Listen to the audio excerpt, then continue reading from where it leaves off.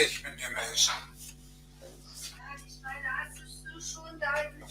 Nein, in 20 Minuten fängt's an.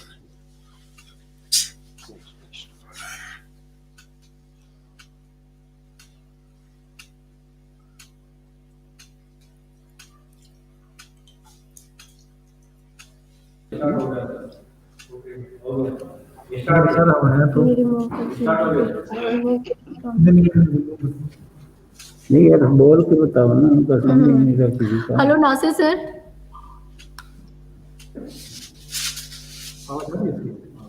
आ रही है वो क्यों नहीं बोल रहे professor Nasir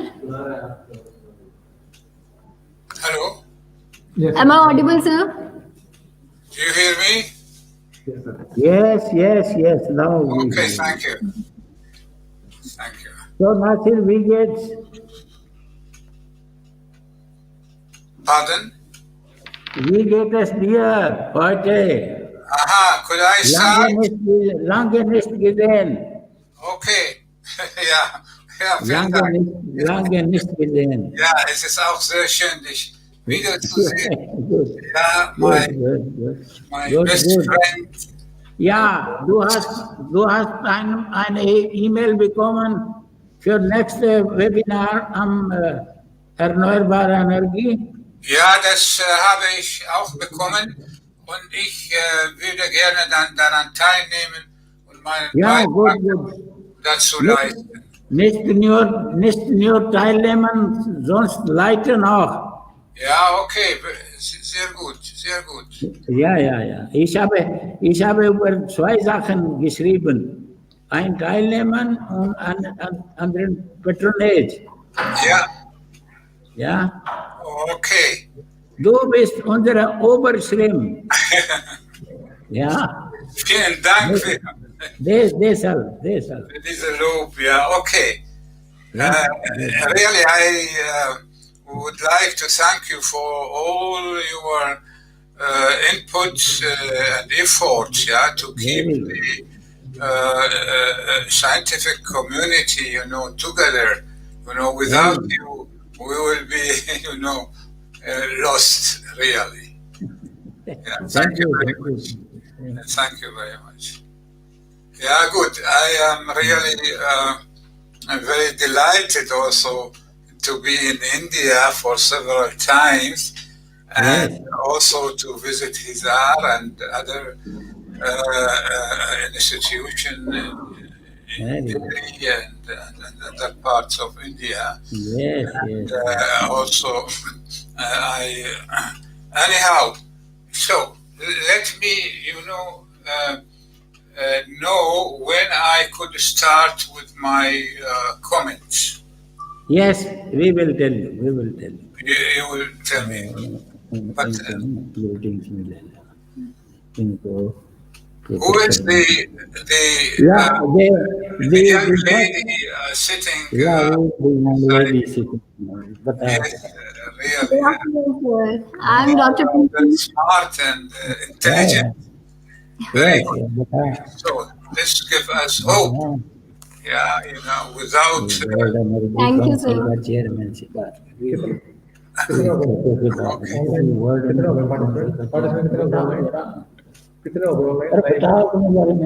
Have you been in Germany?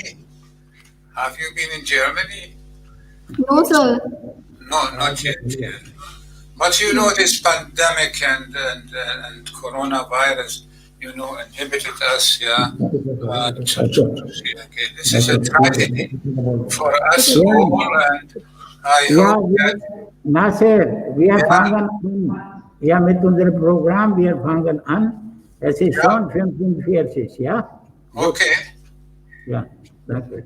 Start. 45 हो गए. कोई बात नहीं.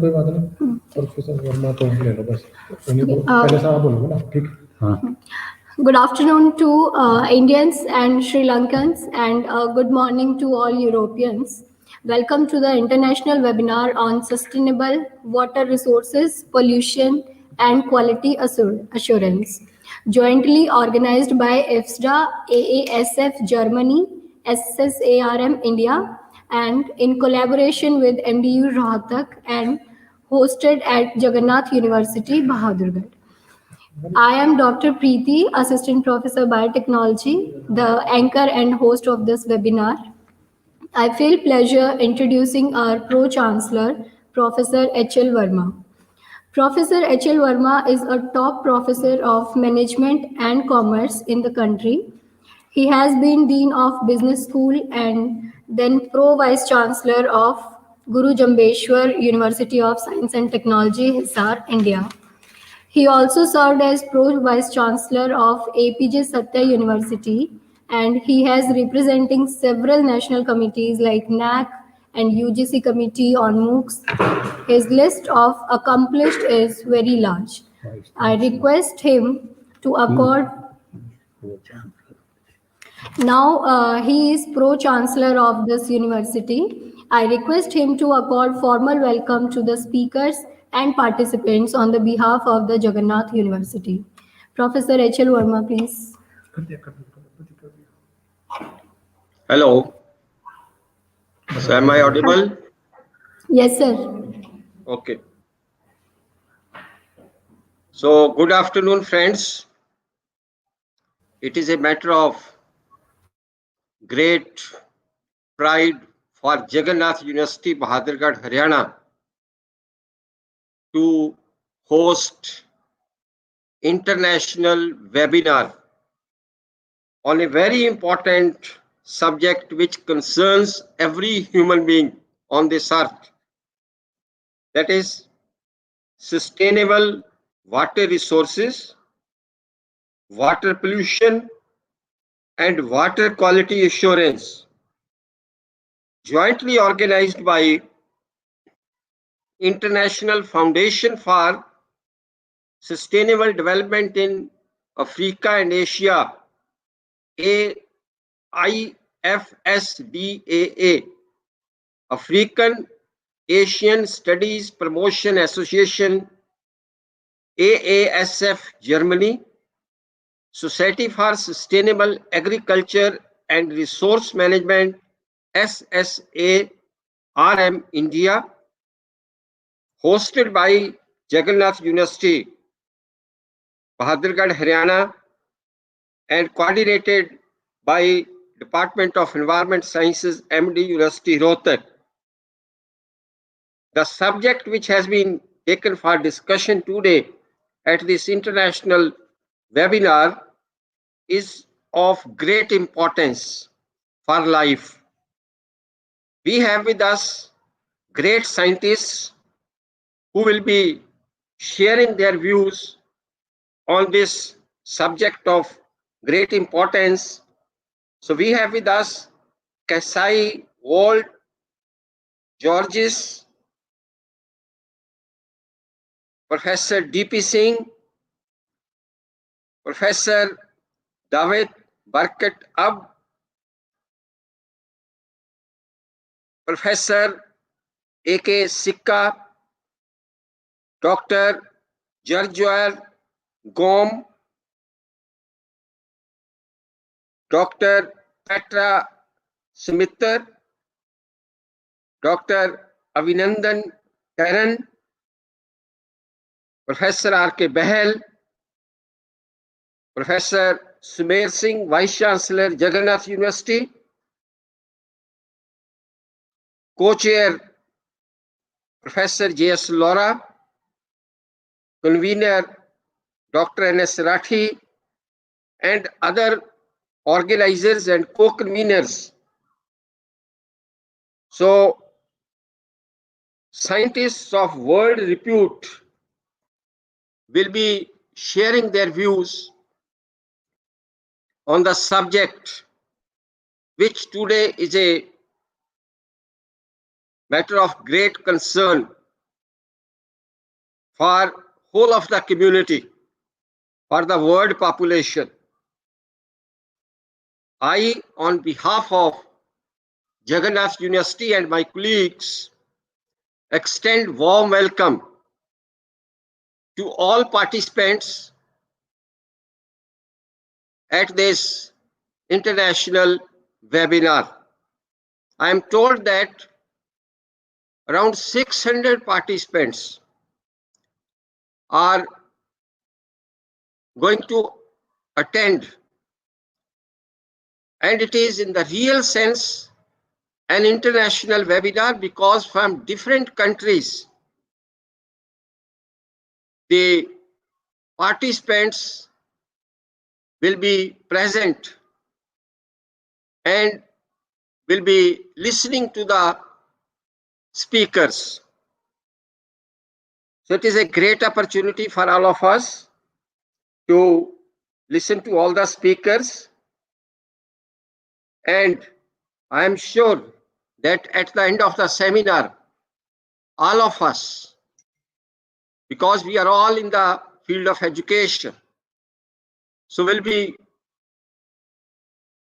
growing wiser, having better understanding of the various issues relating to the availability of water. Now, friends, water is the most essential requirement for life. We all understand. Water is for life. 60% component in the body is water. Water performs many functions. It is required for different, you can say, reasons, because water provides nourishment. It is the number one source of nutrition for the human body. And water is essential for prevention of many diseases. We all understand that fatal medical conditions like cholera, typhoid, hepatitis A, so these occur because of consumption of contaminated water.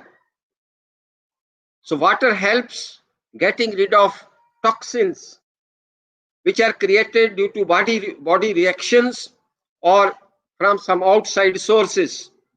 Water is needed for agriculture and food production. Clean water is required. And water is also required for improved sanitation facilities, for washing clothes, washing body, cooking purposes, and cleaning, and for some other similar purposes. So without water, there can be no life. Human life, animal life, plant life. And being so important for life, today we find that water pollution is becoming a serious issue. Water is being contaminated because of throwing this waste, human waste, domestic waste, animal waste, which is get mixed with the surface water. So water contamination is causing serious health hazards. We all understand. And there are technologies available by which water can be cleaned, it can be made potable. Now, today's webinar will help us to understand that in future, because the fear is that if with the same process, because of this economic development or because of this increasing population and increased use of water by this changed lifestyle of the people, so how the need of water will be fulfilled. So we will have to make use of the different technologies. So what are those technologies? What are the pollution related issues? How potable water can be made available to the whole humanity?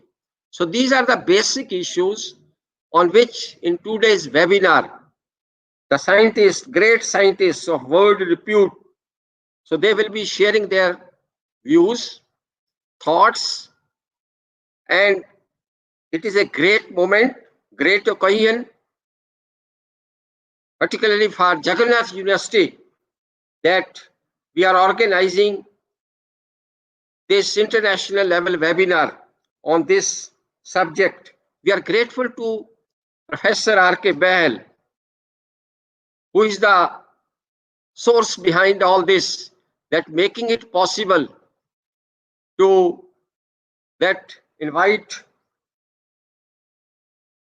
the scientists of international repute for discussions. So with these words, I once again extend hearty welcome to all the speakers, to the participants, to my colleagues, that today's international webinar is going to now take place. So thank you very much. Thank you, Professor Verma, for your blessings and thoughtful remarks. Now I invite Professor R.K. Bahl. Professor Dr. Rishi Kumar Bahl is currently Dean Faculty of Sciences in Jagannath University, Bahadurgarh. He has been awarded Bharat Ratna C. Subramaniam Award for Outstanding Teacher by Indian Council of Agricultural Research, New Delhi, Honorary DAAD Advisory by German Academic Exchange Service, Bonn, Germany, and has been founder secretary of Society for Sustainable Agriculture and Resource Management, India, International Foundation for Sustainable Development in Africa and Asia, IFSTA, and coordinator Global Network African Asian Studies Promotion Association, AASF, Mahatma Gandhi House, Göttingen, Germany, founder secretary and now president, International Council of Sustainable Agriculture, Germany, and management board member of RBS Faculty of Agriculture, Beachpuri, Agra, India. Now I invite Professor R.K. Bahl to brief about the webinar. So please. Yeah. नहीं है. वैसे ठीक है. Okay. Please. Honorable distinguished speakers, young participants, senior scientists attending this webinar. It's a great opportunity for Jagannath University and for our team to host this webinar. Why we kept this webinar at this juncture of time? There are few reasons to my mind that the water resources are finite world over, and about 1% of the water resources are only potable. And for that 1% water, the competition is increasing day by day and year by year, month by month. When India was getting independence, we were only 36 crore people, and now we are around 133 crore people. The same quantity of water is being distributed differently among agricultural sectors, business houses, domestic sectors. And the anthropogenic pollutions is making the water as a scarce commodity.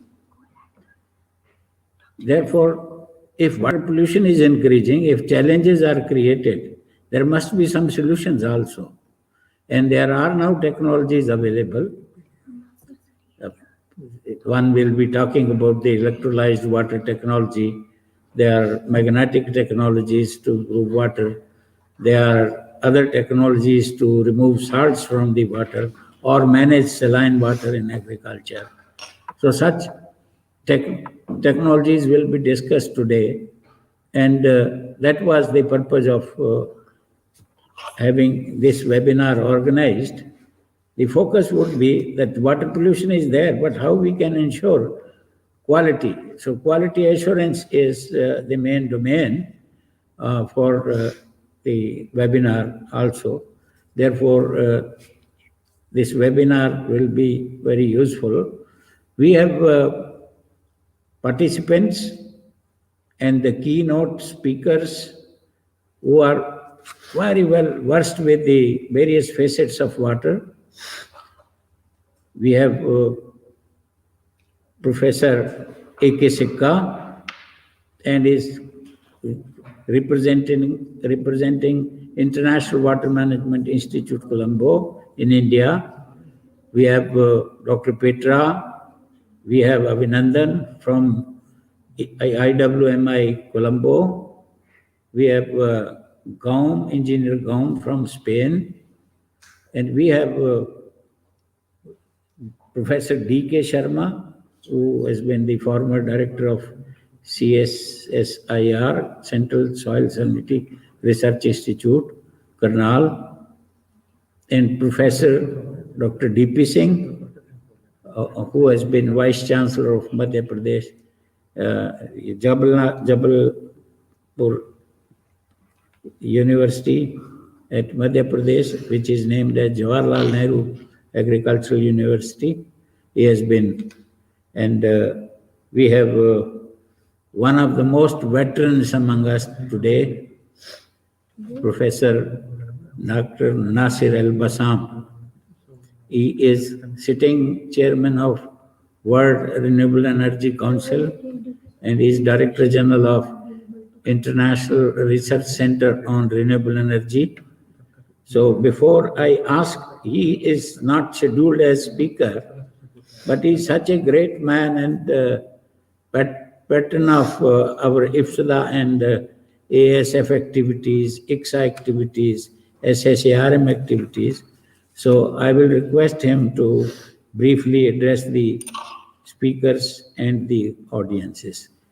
Nasir Al-Bassam, please. Nasir सबसे बड़ा Nasir.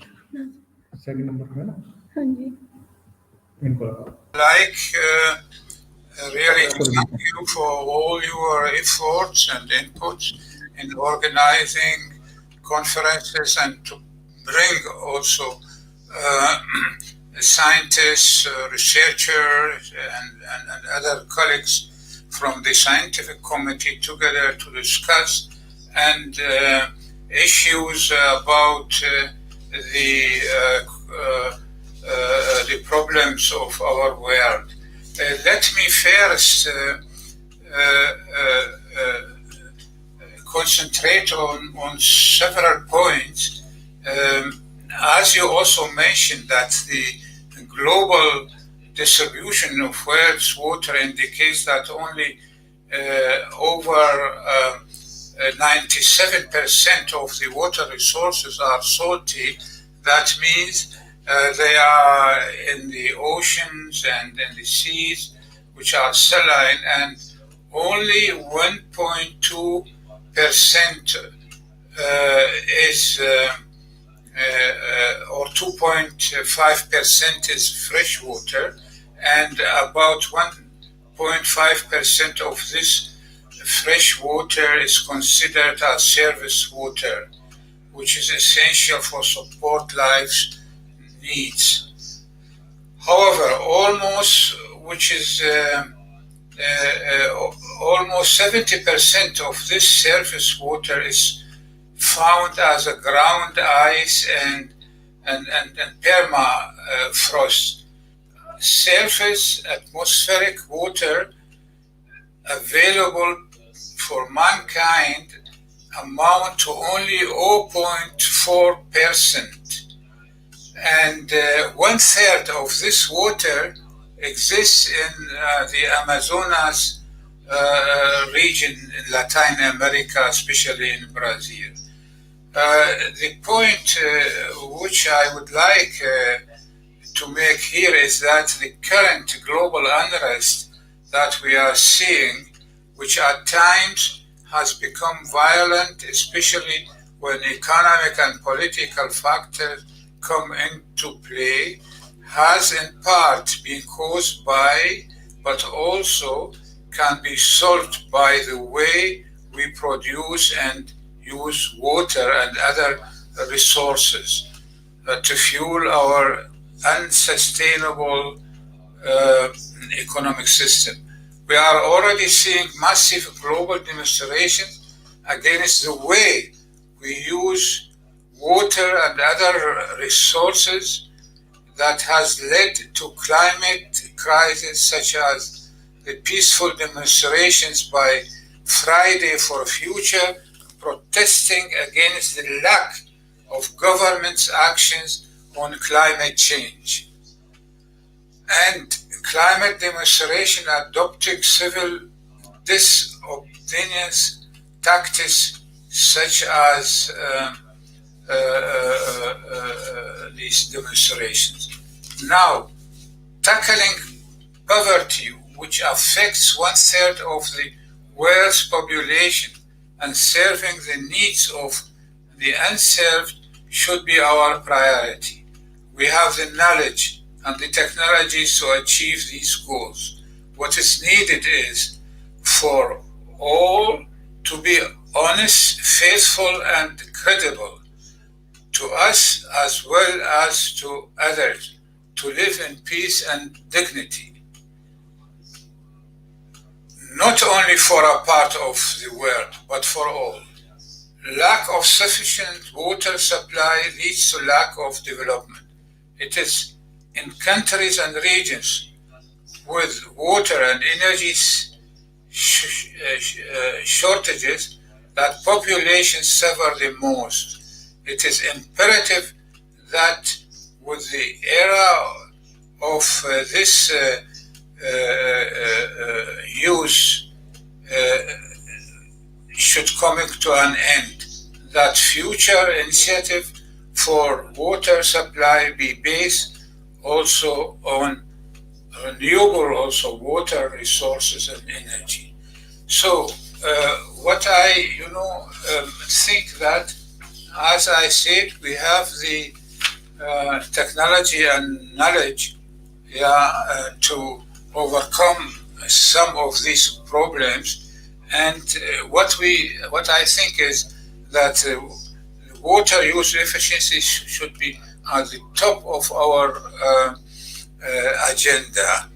So there were, a lot of strategies, drops for crops, that mean to be very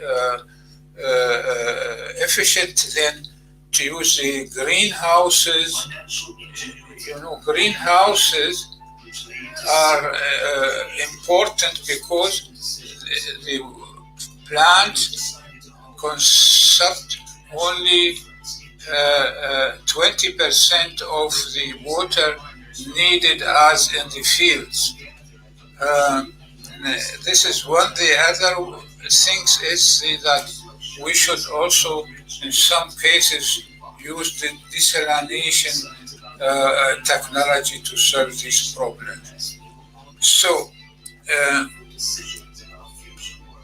I pledge, together with you, to use our knowledge, voices, and determination to preserve each in our own way, nurtured by the cultural wellsprings that are our heritage, whether from Asia, Africa, Europe, South and North America, or elsewhere, as well as to join hands to work together inspired, re-energized, and committed to do all we can to make real the world of our dreams. This is my message to my colleagues and friends, and also the scientists. We should really, we are scientists, we develop research activities, but this is not enough. We should reach the political community, and we should interfere also, not leaving these things only to the young people who demonstrate, but also to support them with the knowledge we have and with others. Thank you very much. These are my first remarks.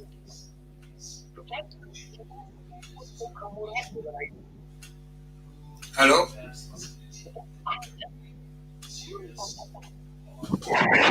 To invite Dr. Kasai Wolt Georges. He is Vice President of Afro-Asian Studies Promotion Association and Executive Secretary of International Foundation for Sustainable Development in Africa and Asia at Mahatma Gandhi House, Bottingen, Germany. He obtained PhD in polymer chemistry from Tübingen University, Germany, and he is engaged in several pursuits of science and society. I request Dr. Georges to accord formal welcome on behalf of IFSTA and AASF. Dr. Kasai, please. Thank you very much.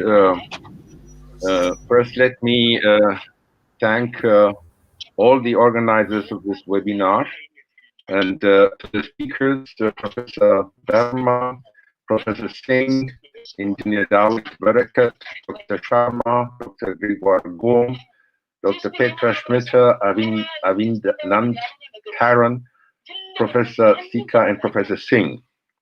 This webinar, the topic is sustainable water resources, pollution, and quality assurance. Before I say some words on water, I would like to introduce to you our association and how the formation and about the formation of the International Foundation for Sustainable Development in Africa and Asia. Let me spend some words on our association. Over 6 decades has passed since the foundation of the African Asian Studies Promotion in 1959. What was the mystery of this association, or in other words, what was the kit which enabled this association to embark on different activities at the local and global stage? To establish a firm foundation for a common goal, challenges had to be overcome. In our case, the first challenge was to overcome the continental divide, which students coming from Africa and Asia in Göttingen, inspired by the non-aligned movement during the Cold War, created the Afro-Asian Students Union in 1957. It culminated 2 years later in 1959 in the legally registered Association of the African Asian Studies Promotion. Just 10 seconds, I have to open the door.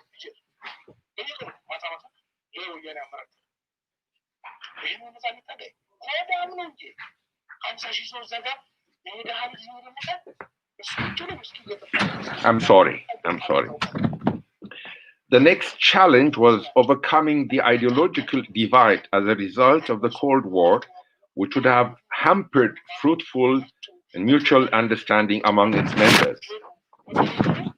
In 1969, with the help of the University of Göttingen and funds coming from the Volkswagen Foundation, our association was able to build a students' hostel, previously called Afro-Asian Hostel, and since 1998, Mahatma Gandhi House, in which 130 students from Africa and Asia reside. The African Asian Studies Promotion had a great opportunity to consolidate its foundation when it was able to convince the German government of the importance of reintegration of academics from Africa and Asia upon their return to their respective home country after years of stay in Germany. Funded by the German government, we were able to conduct 258 seminars in total from 1974 until 2009 in our association, at which 4,700 students from African and Asian countries participated, 2,400 from Africa and 2,300 from Asia. We were able to invite 125 returnees from various African and Asian countries to share their experiences with the participants. The results of the seminars during those years were publicized every 3 months in a magazine. On top of that, our association had an annual publication from 2001 until 2009. The authors were Africans and Asian academics. We also initiated the formation of returning offices in some countries like Ghana, Iran, and Ethiopia. In my home country, Ethiopia, there is a well-established association called the Association of Ethiopians Educated in Germany, and I hope that participants from that association are here. When the reintegration seminar program phased out, it was time for ISF to stand on its own. In one of the last reintegration seminars, at which Professor Richie Bale was invited as a guest and Richard, we discussed about future activities of our association. And in 2007, this International Foundation for Sustainable Development in Africa and Asia was formed. And since then, we have conducted 13 conferences in different countries, in Germany, twice in Poland, once in Hungary, and twice in India. Let me now come to our current webinar. And I think agriculture in many developing countries, much so in sub-Saharan Africa, is the main source of income. As such, the present unemployment of the youth could be involved in that area, especially in food processing.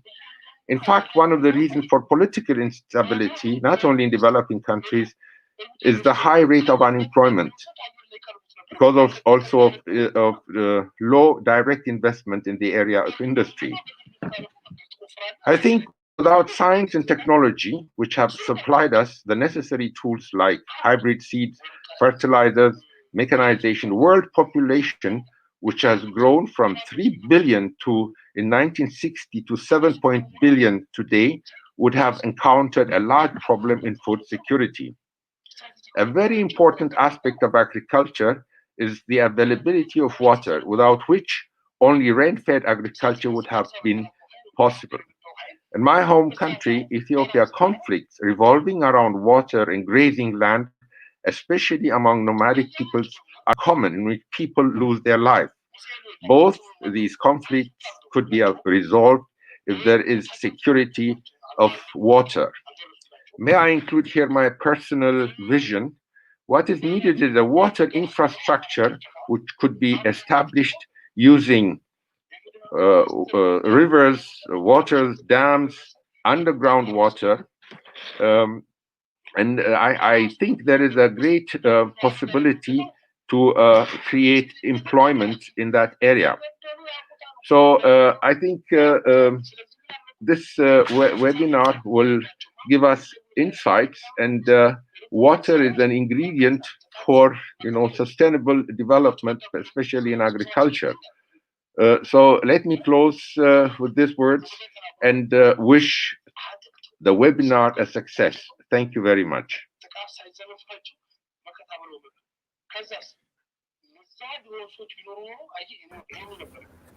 Thank you, Dr. Georges, for sharing the information.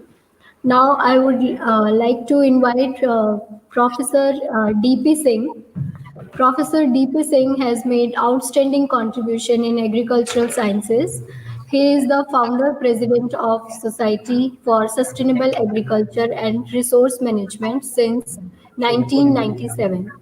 Professor D.P. Singh has been Dean of Agriculture College and the acting Vice Chancellor of CCS HAU Hisar, Vice Chancellor of Jawaharlal Nehru Agriculture University, Jabalpur, Madhya Pradesh, Member of Farmers Commission, Bhopal, Madhya Pradesh, and Consultant of Farmers Commission, Haryana. He is currently Chairman of National Agricultural Science Fund, ICAR, New Delhi. Professor D.P. Singh. Yes. Hello, can you hear me? Hello, Yes, can you hear me? Okay. Yes, sir. Thank you very much for your nice words. I will speak a few words about the society, then about the topic. The Society for Sustainable Agriculture Resource Management was established in 1997 at Haryana Agriculture University, Hisar. Since then, I am the president of the society, and Professor Bahal is the founder secretary of the society. Professor Bahal is very active in organizing different activities of the society, including one NGO which is called Sampada, which is also the part of Society for Sustainable Agriculture. We organize a large number of conferences in Europe, America, Canada, China, and India, covering the topics related to crop science, nature resources, energy, animal science, food processing, and several other aspects related for sustainable growth of agriculture in India and abroad. We also share the other societies. For example, we also share our office with EFSADA in Mahatma Gandhi House, Göttingen. We have also a large number of fellows within the country and outside country of the Society of Sustainable SARAM.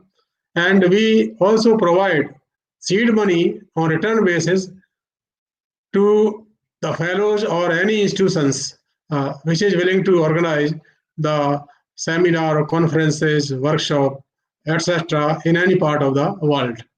So with these words, because most of the things were also told by Kasai about the society, and Professor Bahal is a very active member of the society, and he is organizing almost all the activities related to SARAM and also partly helping the EFSADA in Göttingen. Coming to my topic related to water.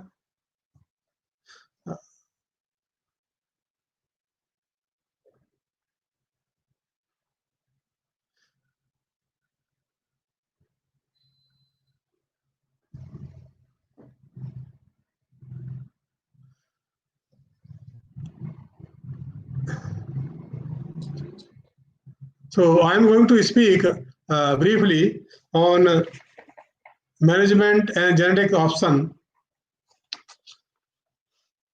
for improving the productivity and economic efficiency of water in irrigated and rain-fed environment.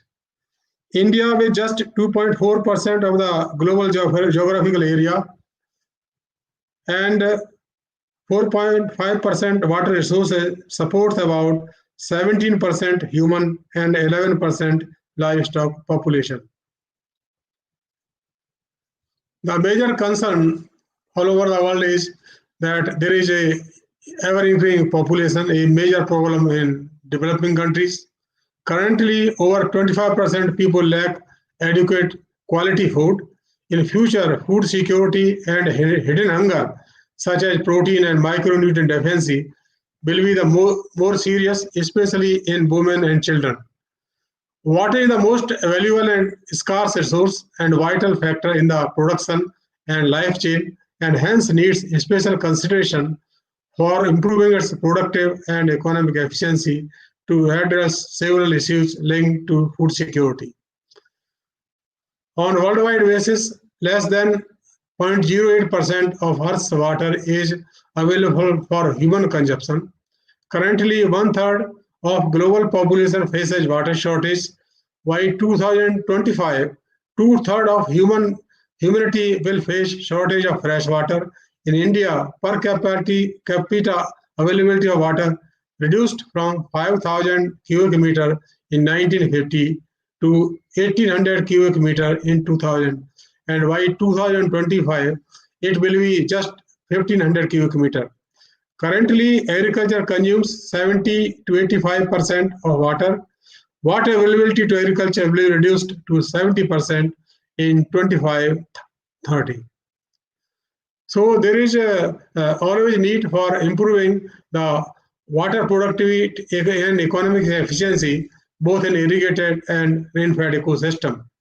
FAO projected by 2030, 14% increase of water withdrawal in 93 developing countries, 45 million hectare net expansion irrigated area.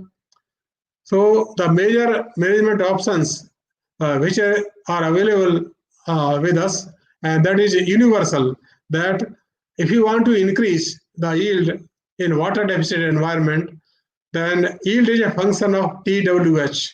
Y denotes the yield, T denotes water passing through the crop transpiration, W denotes water use efficiency in physiological term, that is net carbon gain per unit of water use.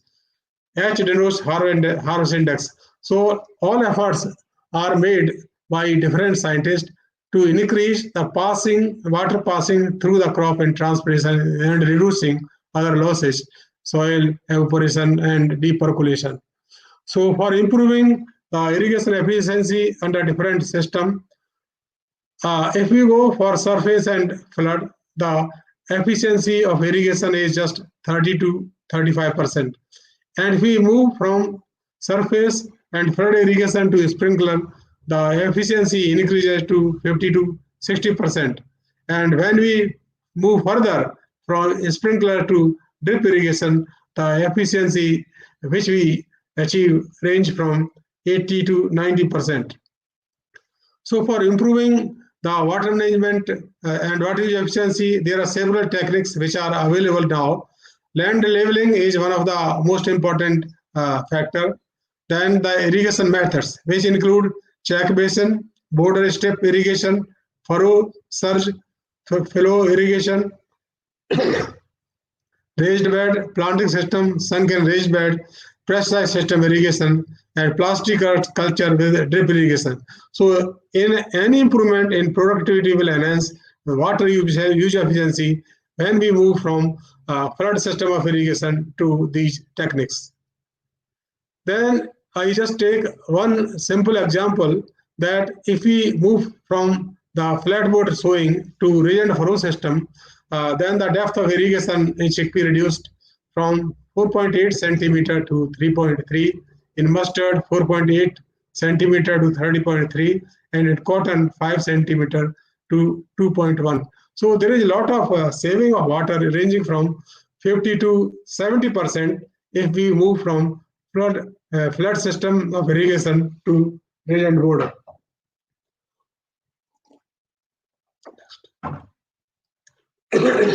So irrigation water saved in raised bed, that ranges from 25 to 30% in different crops: wheat, maize, potato, bottle gourd, and mung bean. And this is one of the photograph how we raise the cereals in ridge and furrow system. This is another example of soybean crop. When we move from ridge flat to ridge system, then there is increase in the yield as well as the increase in the water use efficiency. Then in vegetable crops, the raised bed system is always better than the flat beds. Then status of micro irrigation currently in India, we are covering about 7.7 million hectare under different system. Under drip, that is 3.37 million hectare. Sprinkle method covers 4.36 million hectare. So potential of micro irrigation in India, that is around 60 to 69 million hectare. So micro irrigation, if we move from flood system of irrigation to micro system of irrigation, then there is a 10 to 60% of saving of the land increase in crop area, 80 to 82% increase in irrigation efficiency, 50 to 90% increase in water use efficiency, 28% saving in fertilizer consumption, 42% increase in productivity of fruits, 52% increase in the productivity of vegetables, and 30% farmers introduce new crops when they move from flood system of irrigation to micro irrigation. And there is about 40% to 50% increase in the farmers' income in micro irrigation. Then to further save of water, increasing the water use efficiency, we will have to go for plastic culture, covering the drippers under the plastic culture. And with this system, there is total control of weeds, and there is a lot of saving of water when the ridges are covered with the plastic seeds. So that is another example of cucurbits. Then the net house are coming up to control the pests and diseases, also the cleaning the environment. Next. So if the water is only one of the component for improving the water use efficiency, but the microbes, FIM, if we go with the fertilizers, then there is a further increase in the water use efficiency. If we introduce legumes in serious crop rotation or green manure or increase the dose of fertilizers, there is always increase in the yield and water use efficiency, because the improved balanced nutrition maintains greater soil water extraction, better positive treasure potential, higher leaf area index, more radiation interruption, cooler canopy, higher canopy photosynthesis with the integrated use of resources, water and fertilizer, then thus higher productivity of several field and other crops. And in rain-fed ecosystem, all efforts should be made to reduce the velocity of the runoff water. That is one of the example in the Satna on the hills with the small ridges. There is a more percolation of water in the ground and increase in the water table and water absorption in the groundwater. There is a very well-defined system in high rainfall area. If we can grow 2 crops in the same field, having the sunken beds where the high water requiring crops like paddy and others can be grown, and on raised bed, soybean and other legumes can be grown together. So there is no loss of the crop when there is excess rain that can be diverted to the high water required crop like paddy. And with this system, there is always higher sustainability, higher yield, and higher water efficiency. There is another system how to use the surface gallery to increase the water from the mountains to the lower layers and through pipes for drinking and other purposes. That is feasible in hilly areas.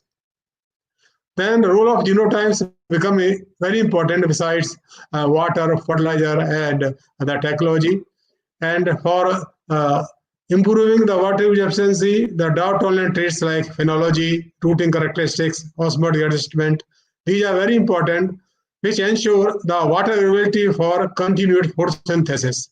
If there is a zero-rate photosynthesis, in that condition, the assimilate transfer from vegetative part to the developing grain becomes very important.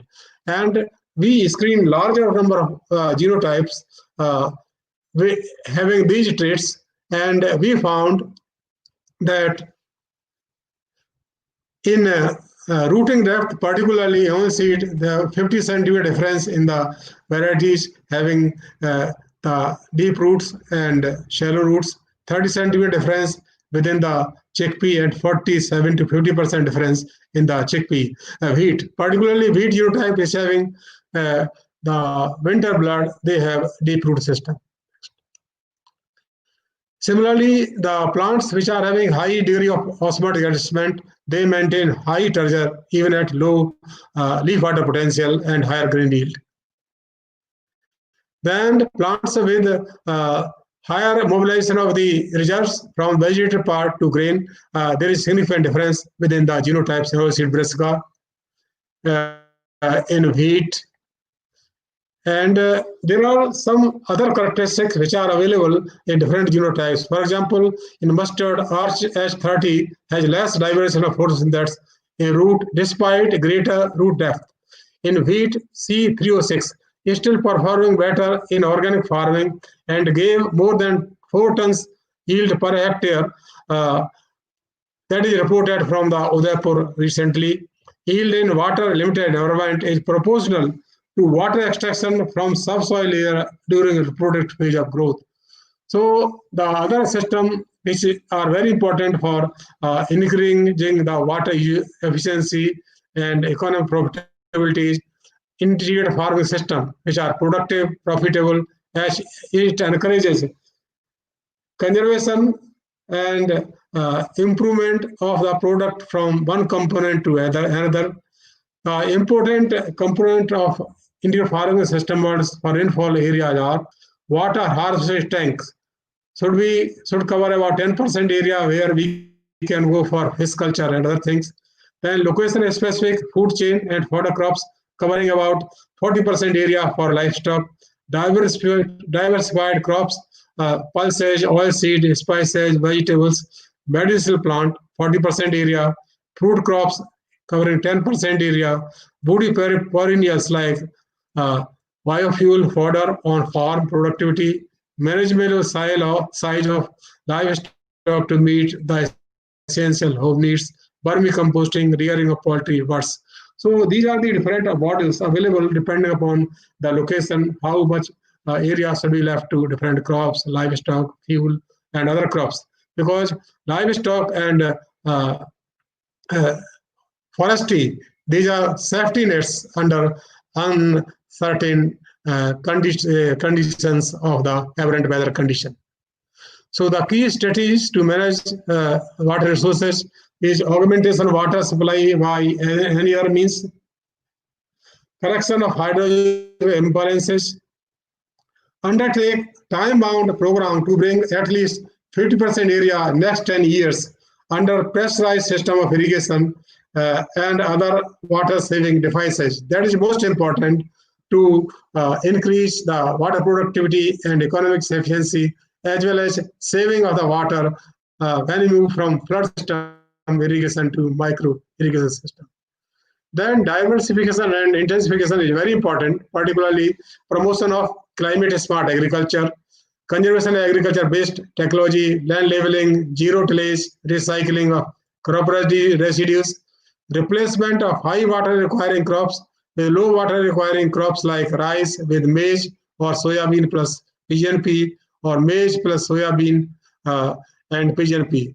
Sugarcane and maize-based crop should have the component of vegetable as intercrops. Diversification of field crops to agro-horticulture and agroforestry. That is very important to save the water and increase the economic efficiency. Promotion of pulses, green manure, organic manure, biofertilizer, organic farming, and evaluation of zero tillage and eco farming system on different situations.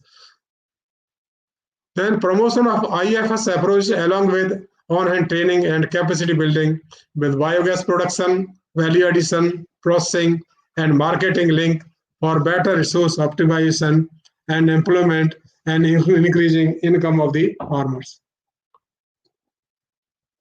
Next.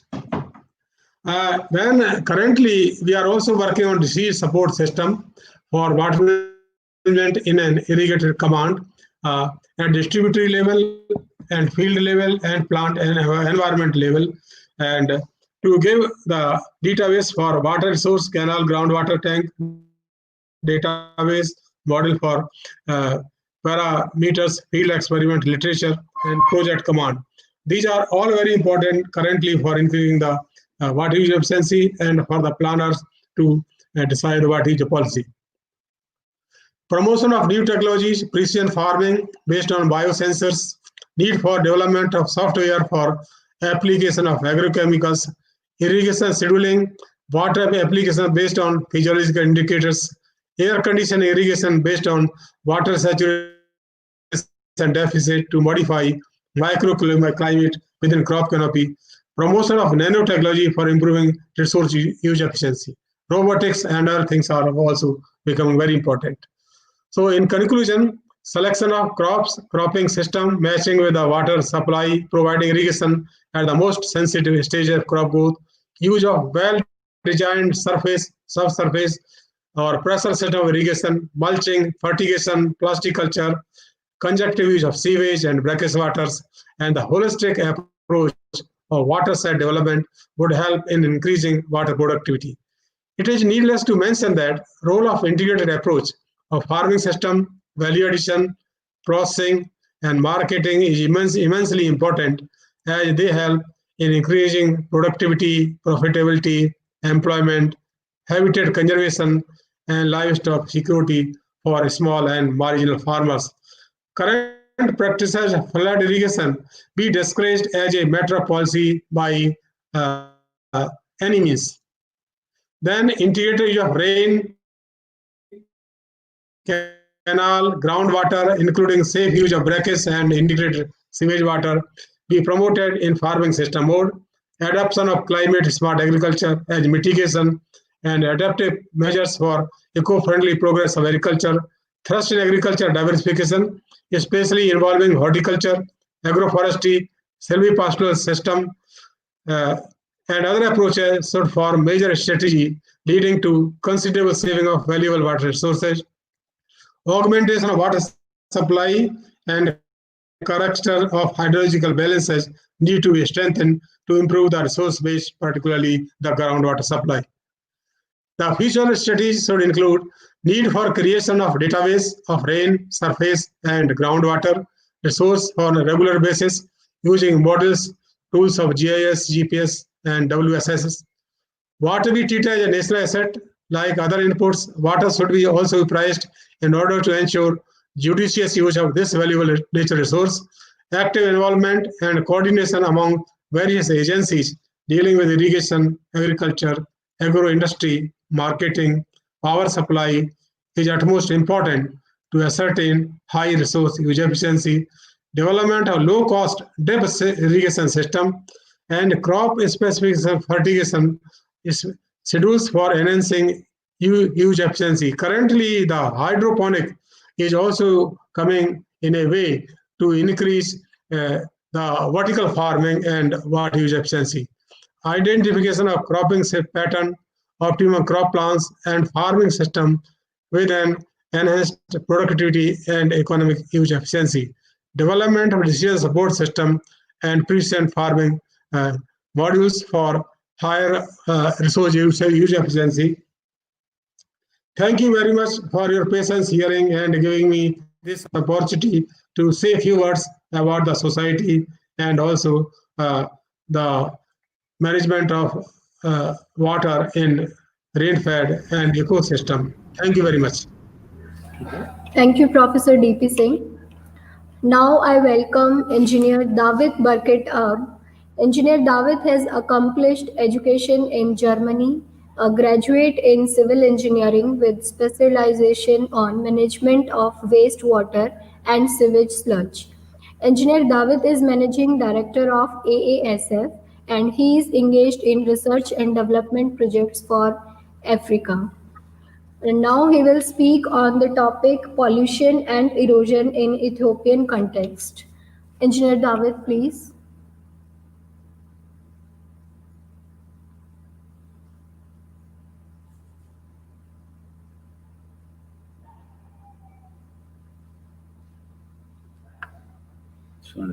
Yes, please, yes, sir.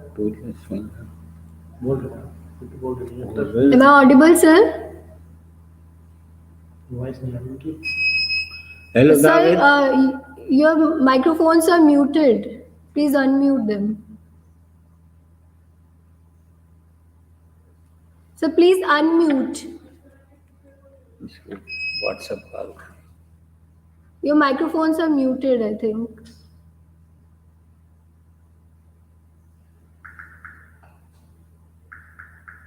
Unmute.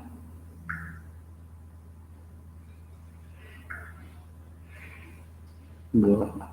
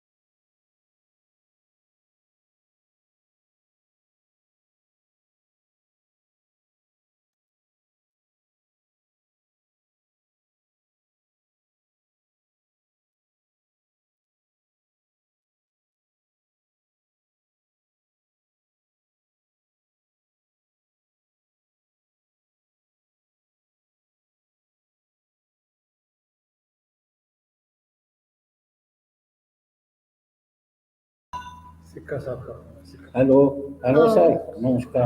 हाँ जी, Engineer David, there is some technical issue, so you are not मैं audible, so अभी we देख can't कर रहा हूँ connect सिक्का you. साहब। We will connect to you later on. Now, जी जी sir I invite Professor D.K. Sharma. Sir हो जाएगा अभी हो जाएगा एक्चुअली क्या है अभी ना पैनल जो फुल है तो जैसे ही पैनल से 2 को उठाएंगे तो आप दोनों का हो जाएगा उसका मेरी इनको हटा दो ना। I welcome Professor D.K. Sharma. Professor D.K. Sharma is former director of Central Soil Salinity Research Institute, Karnal.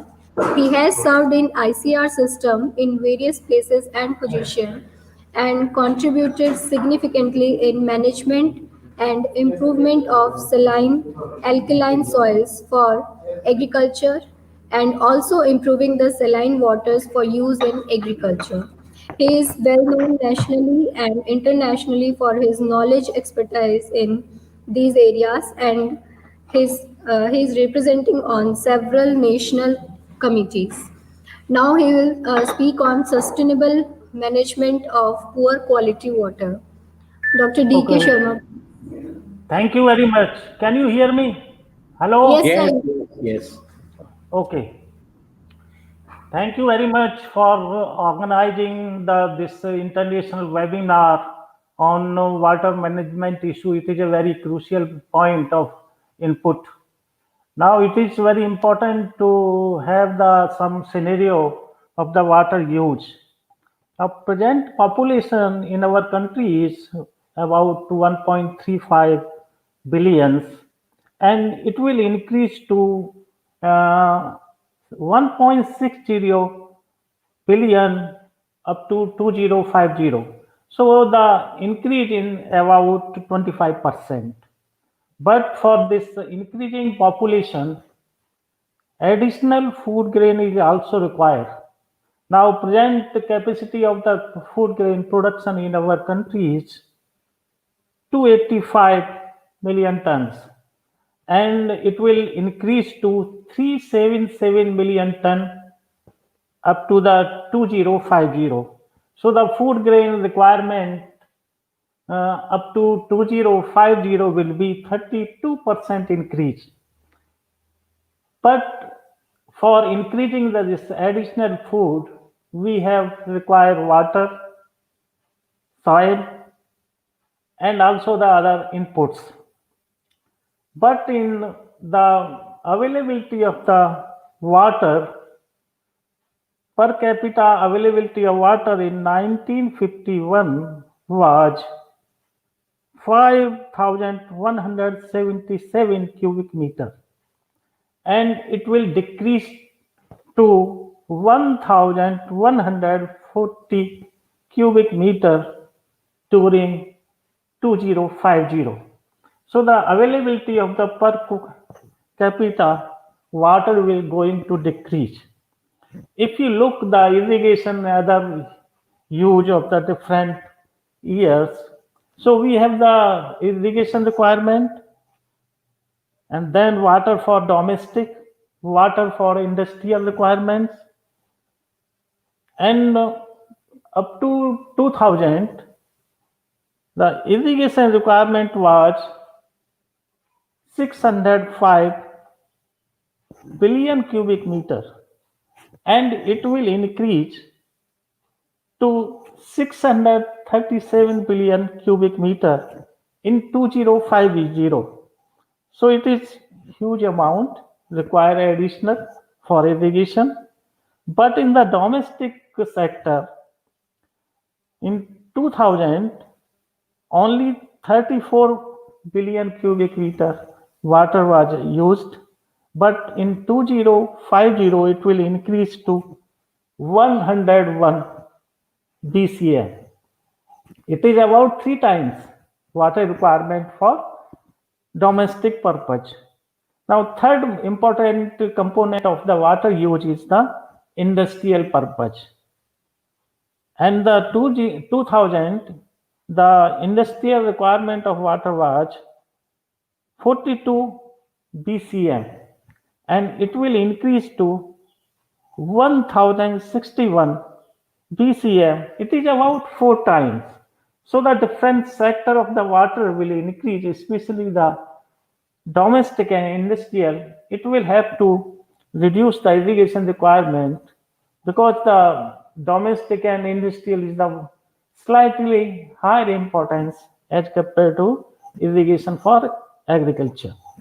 Now come because of this good quality water is available in the less in the coming years.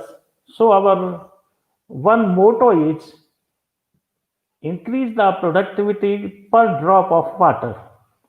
So in this and at the same time, the good quality water its availability and also the other requirements is going to decrease at the time and space.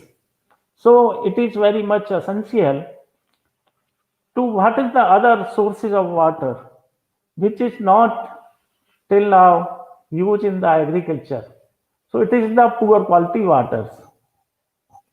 When we conduct the groundwater survey in India, it is indicated that extent of poor quality water used in the range of 25% to 84% of the total groundwater development of different states in our country.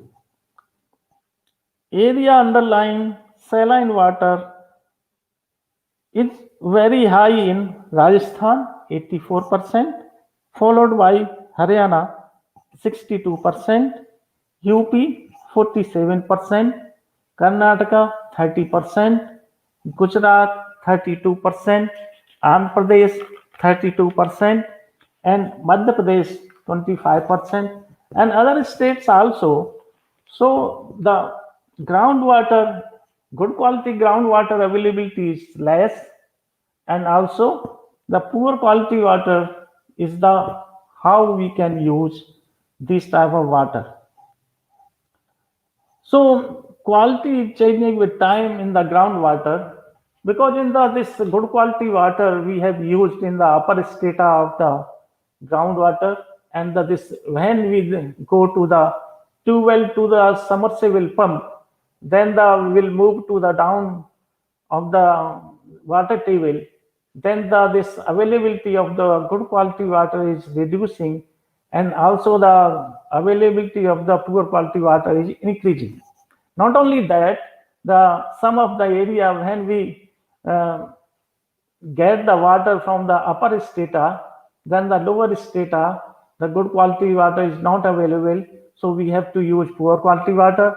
And when we go further deep, beyond 500 meter, then some good quality water is available. So the availability of poor quality water is a point of time how to increase, how we can use this poor quality water with the different crop management and water management strategy. When we call this poor quality water, then the two terms I frequently used. One is the saline water, second is the sodic water. In the saline water, the EC of the salt, because of the saline water, the solubility of this calcium and sulfate is more, and this cation sodium is less, sulfate and chlorides is more. But in the sodic water, the carbonate and bicarbonate is more as compared to sulfate and chlorides, and calcium and magnesium is less as compared to sodium. So sodium is high. Because of the sodium, this sodicity in the water will develop. When we have the different classes of saline water, non-saline water less than 0.7 decisiemens per meter, slightly saline water 0 to 0.7 to 2 decisiemens, moderately saline water 2 to 10, high saline water 10 to 25, very high saline water is more than 25 decisiemens per meter. And the relationship between the anion and cations of the water is something different. And second term, we will use in the this sodic water in the this residual sodium carbonate, RSC. So if the RSC in the sodic water is marginally 2 to 5% less than 2 milliequivalent per liter is the safe, and unsafe is more than 5 milliequivalent per liter. So this is the, and third term is the sodium adsorption ratio, SAR. If the SAR is less than 10, then it is used for safe. Then 10 to 20 is the moderately SAR water. Then more than 20 is the unsafe. Now the question is how to use these water in the different crop, soil and water management strategy. The first and most important aspect is the crop and their varieties. In this crop, selection of crop and their variety is very much essential because we have to increase the productivity in this poor quality water. So we should avoid oilseed and pulses crops, and they are the sensitive in nature, and it is the more sensitive in the germination stage. And then we apply the sodic water, the ESP will increase, and ESP is suppose 10 to 15 ESP, then we can grow fruit, citrus, sunflower, pea and background. If the exchangeable sodium percentage is 20 to 25, then we can grow groundnut, cowpea, onion. 25 to 30, palm millet, linseed, garlic. 30 to 50, oat, mustard, cotton, wheat, and more than 50 exchangeable sodium percentage, then sugar beet, barley, and then dhacha and rice. So these are some crop, but when we have also the salt tolerant variety. How we can, because in the Central Soil Salinity Research Institute, we developed the salt tolerance variety of rice, wheat, and mustard. The rice variety which is tolerant to this poor quality water are in the rice CSR1, CSR10, CSR30 is the basmati type variety. So it is the first in our country. We developed the salt tolerant basmati variety. Then CSR42. In case of wheat, KRL1-4, KRL10, KRL210, KRL213, and mustard variety we have CS52, CS54, CS58.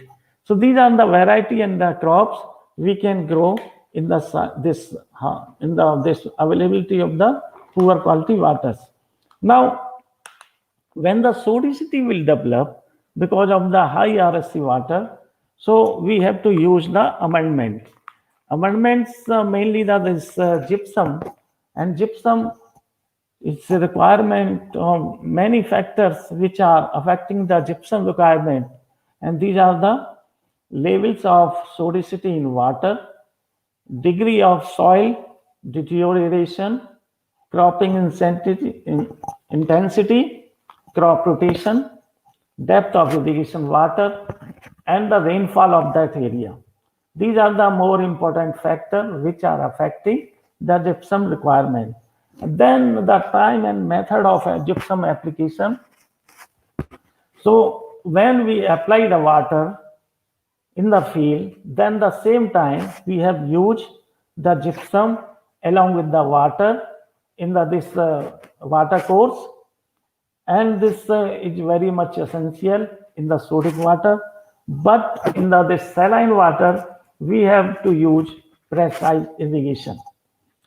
Not only the gypsum or this chemical amendment, we can use other organic materials, generally this farmyard manure and wheat and rice straw, green manuring with dhencha. Now, in this, when we apply this organic material in the soil, because in our Indo-Gangetic plain, most of the soil is the calcareous in nature, and about 1 to 2% calcium is available as calcium carbonate. And when we apply this organic material, then it will develop the organic acid and develop the acidity, and that will react with the calcium carbonate, and this calcium will release and it will replace the sodium. So this is the how this process, this calcium carbonate is dissolved with the use of organic material. Now, second aspect is the fertility management. The losses of nitrogen in the form of volatilization loss in the salt-affected soils or the use of poor quality water is more. Therefore, we have to use 25% more water,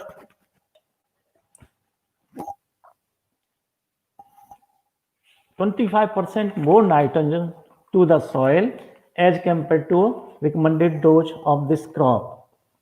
Now, third aspect is the irrigation management. It is more crucial how to manage the poor quality water to the crop. So one aspect is the conjunctive use of poor and good quality water, either in the cyclic mode or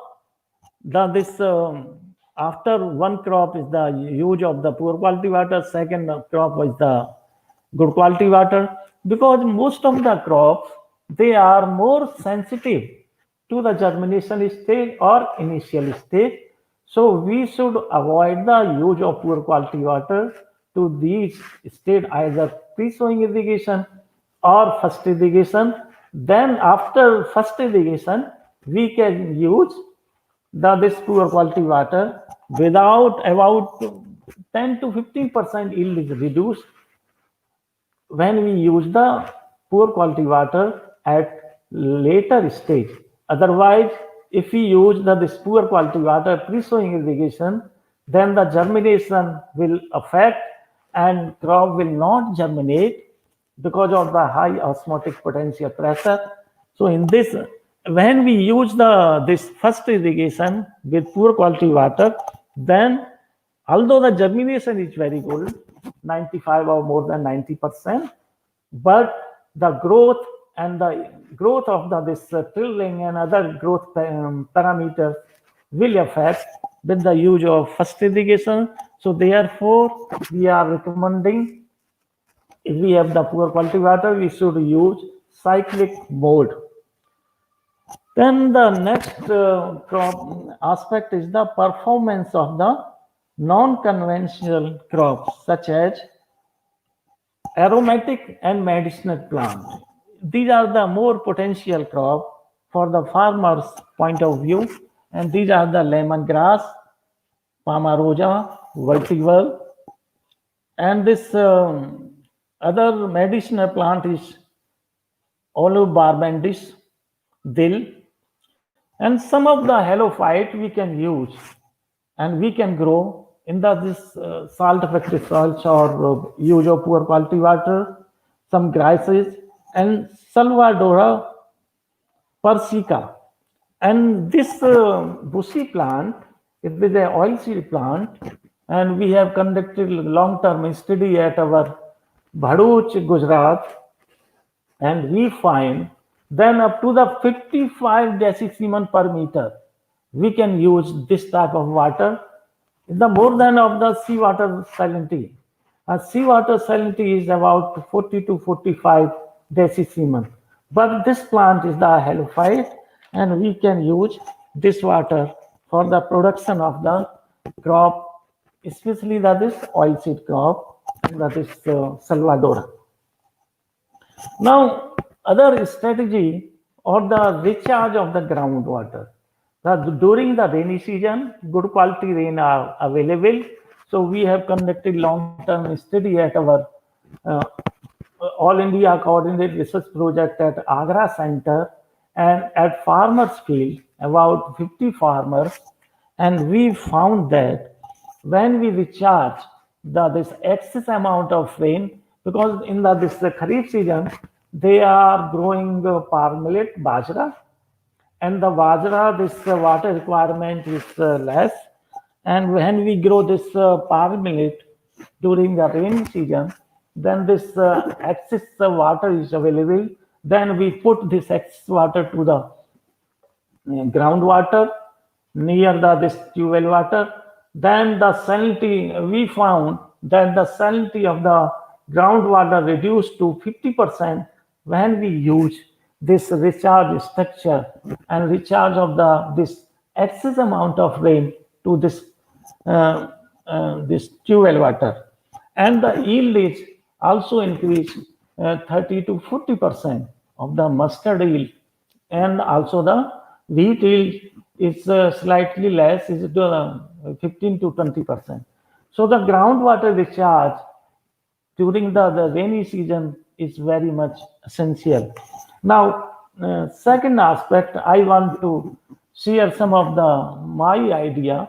When I was the director of Central Soil Salinity Research Institute, Karnal,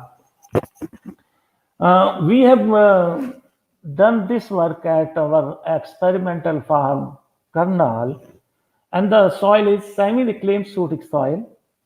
And although the water is the good quality, but the soil is the sodic in nature, slightly higher ESP. So we have conducted this trial on rice wheat cropping system. So what for the rice crop, paddy crop, we require 3,000 liter of water to produce 1 kg of rice. So this huge amount of water is required to produce 1 kg of rice. So I was thinking with the discussion with our scientists, how to reduce this huge amount of water to rice crop. So we framed the one experiment with sprinkler irrigation and direct seeded rice. So when we go to the sprinkler irrigation as compared to flood irrigation, then we reduce the water requirement of rice for 1 kg of rice from 3,000 liter to 2,200 liter. So about 600 or 700 liter, we can save the water to produce 1 kg of rice. Further, when we grow this rice in the direct seeding conditions, the upland condition without puddling, then 5 to 600 liter of water we can save. So we can have this water requirement of rice from 3,000 liter per kg of rice to about 17 or 1,800 liter per kg of rice. So this huge amount of water we can save. Second aspects are also when we have because I was at Karnal as a scientist to director from 1978. 1978, the rice is not a problem. But at the time of the 1990, farmers, because water is available enough and very less electricity charges, and tube well water available, and the water table is not deep.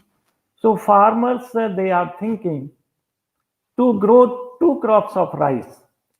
First crop during the summer season, after harvest of wheat, then they transplant the rice in the month of second or first week of the May, and they harvest the rice in the last week of June or first week of July.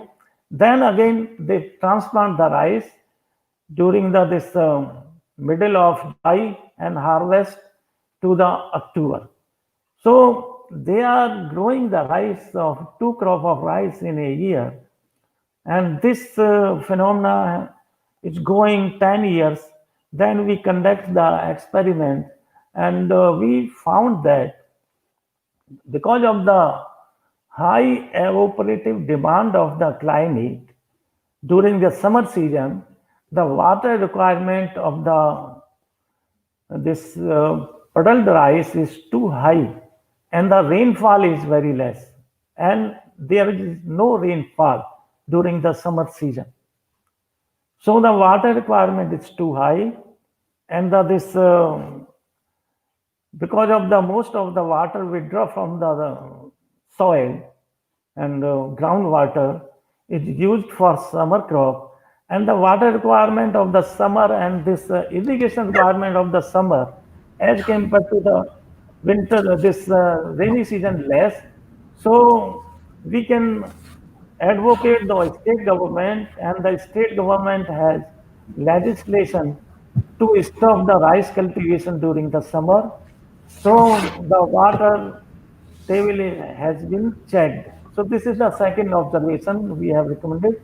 So thank you very much, and very nice presentation, all the speakers.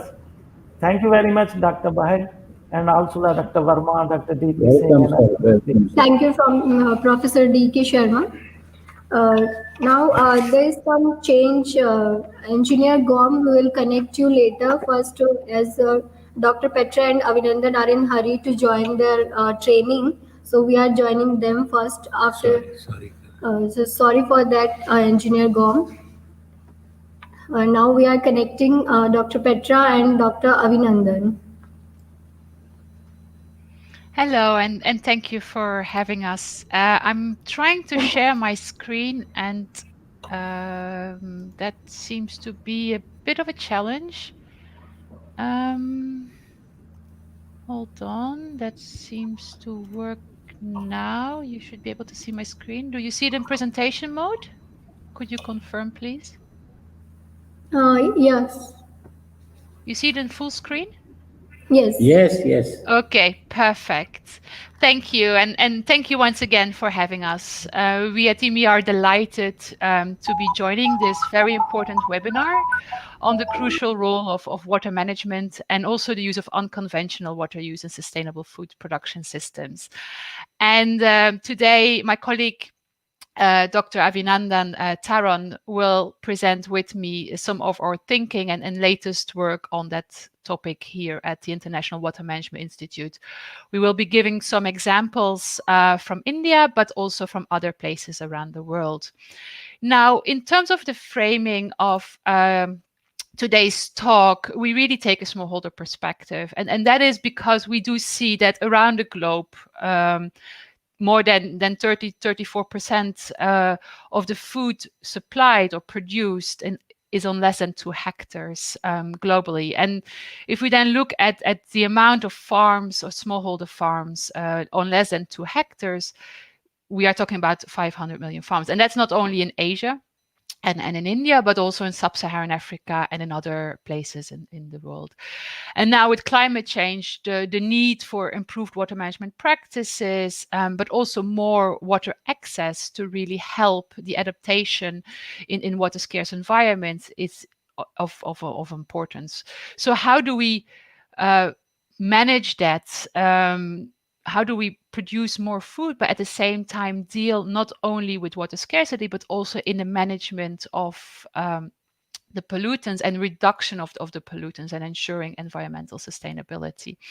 And just to put that into perspective, if we look at the different water sources to support food and nutrition security, and this is now an example of Ghana, we see that actually quite a lot of the food being produced through forms of irrigation happens at the household level, at the individual level, and that there are much more land under motorized pumping or small hand pumps via irrigation schemes. And we see that not only in places like Ghana, but we also see that in other parts of the world, and also in India, if you look at the amount of areas actually under individual irrigation, those are vast and vast amount of areas. But not only in terms of our freshwater resources, also when we look at the urban consumers and the way vegetables are produced in peri-urban areas, we see that a lot is actually produced with contaminated water or wastewater. And how can we actually improve also food safety into that? So looking at the pollutant contribution, of course, it depends very much on what is the production system, what is the agricultural value chain in which water is being used, and fertilizers or other forms of chemicals are being used as well. So when you look at crops, and we just heard about rice as an example, we see that we talk about the nutrients, nitrogen, phosphorus, and others related to agrochemical fertilizers, but also the pesticides, the insecticides, and of course the salts and the salinity, not only in terms of soil salinity, but also issues around groundwater salinity. When we then look at the livestock, we talk a lot about organic matter and the pathogens. And then when we look at aquaculture, we also take into account, as with the livestock, the emerging pollutants, the chemicals used, the antibiotics, the hormones, etc. So depending on what system is available or prevailing in a certain area, we look at different indicators when we're talking about pollution, and also both in terms of monitoring and evaluation, as well as mitigation. Now, today I will be talking much more on still the nutrients part of it, and my colleague later will bring in the unconventional uses. This is an example of watersheds that we have been monitoring in Ethiopia, which have actually been shifting along the rain-fed irrigation continuum, where we look at the water quality in wells under irrigated areas, as well as non-irrigated areas, and surface water. So we look at shallow groundwater, we look at surface water, and we look at rain-fed systems via the irrigation systems. And what we have seen there is that there is a systematically increase in pesticides like endosulfan alpha and others in these shallow groundwater wells. And they often remain unnoticed when we talk about smallholder production, and also when we talk about domestic and livestock. And that's important because often these shallow groundwater wells actually are multi-purpose use. They are not only used for irrigation, they're also used for domestic purposes. And as these wells increase in terms of contamination levels, we do face challenges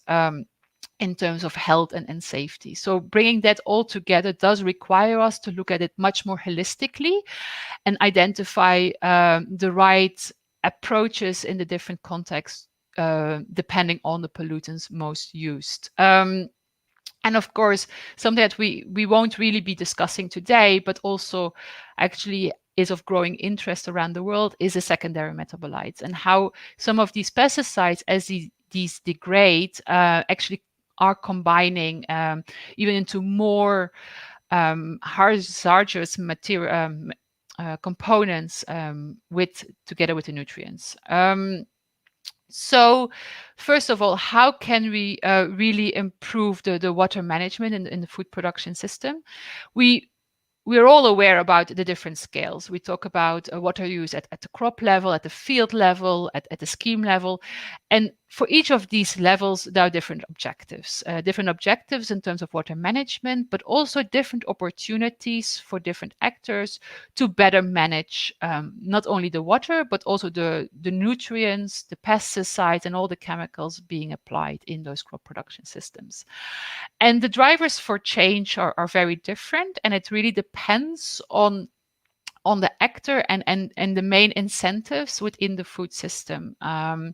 So if we look at some of the more downstream on-farm level at the moment, we look at, this is an example of drip irrigation. I'm sure that it already has been discussed in some of the earlier presentations today. And this is an example for Jordan. And drip irrigation, as we all know, is often being proposed as a very water efficient system, improving irrigation efficiency.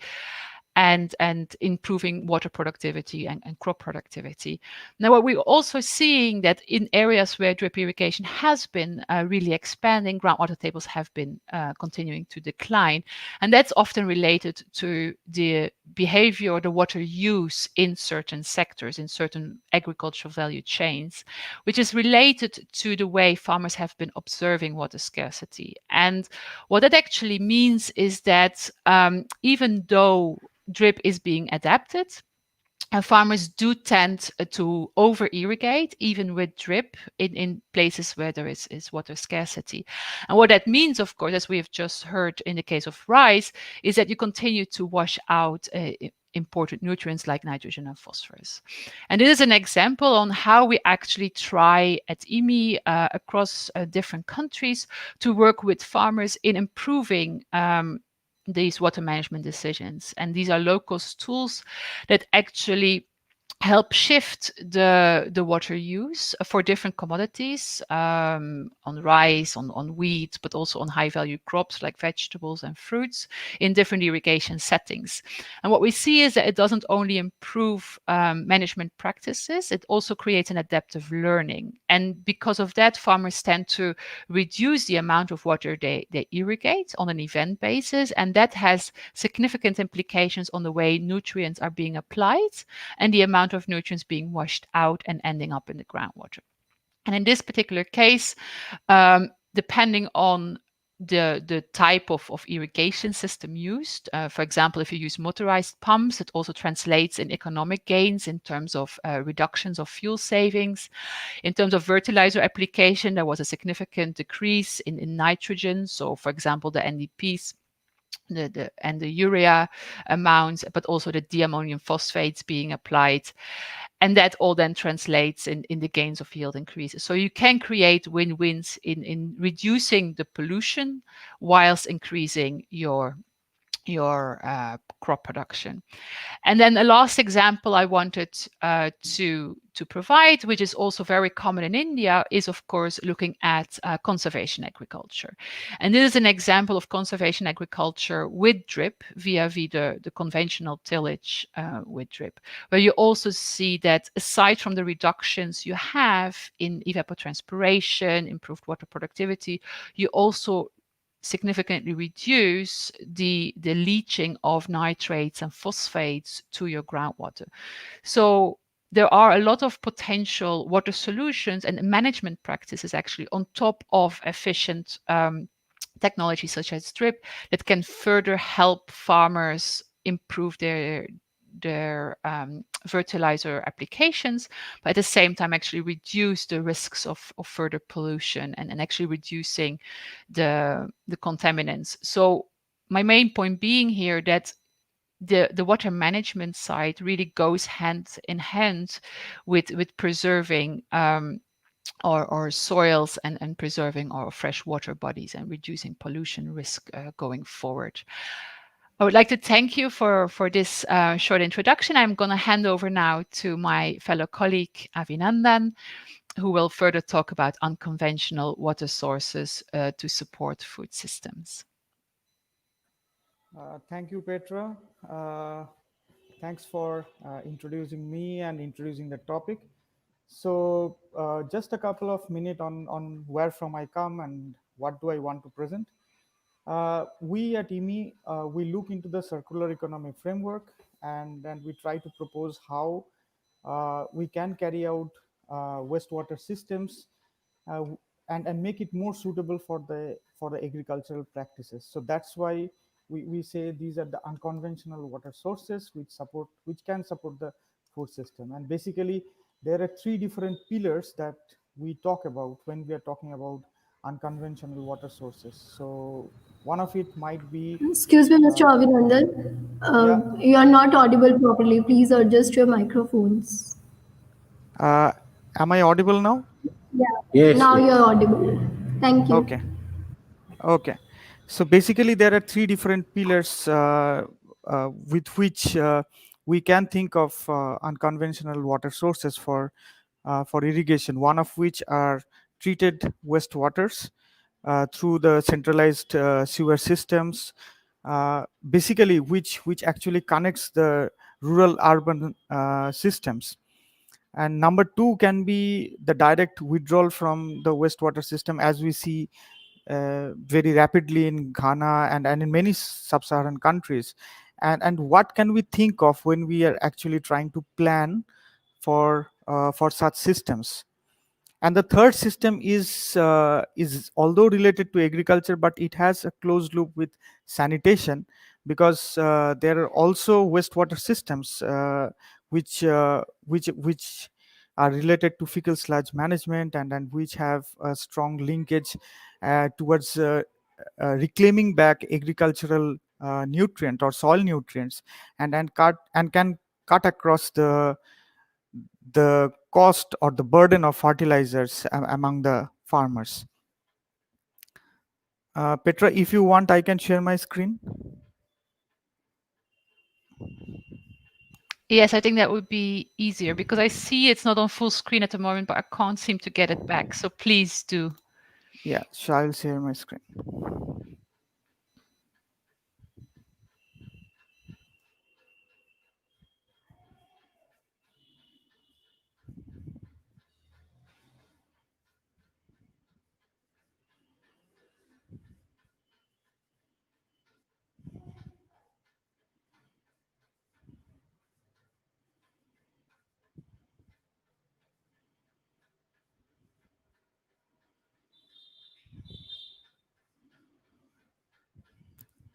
Is my screen shared?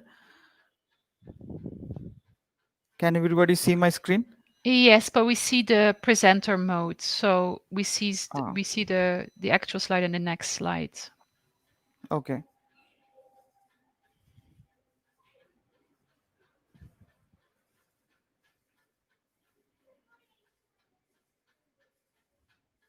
Oh.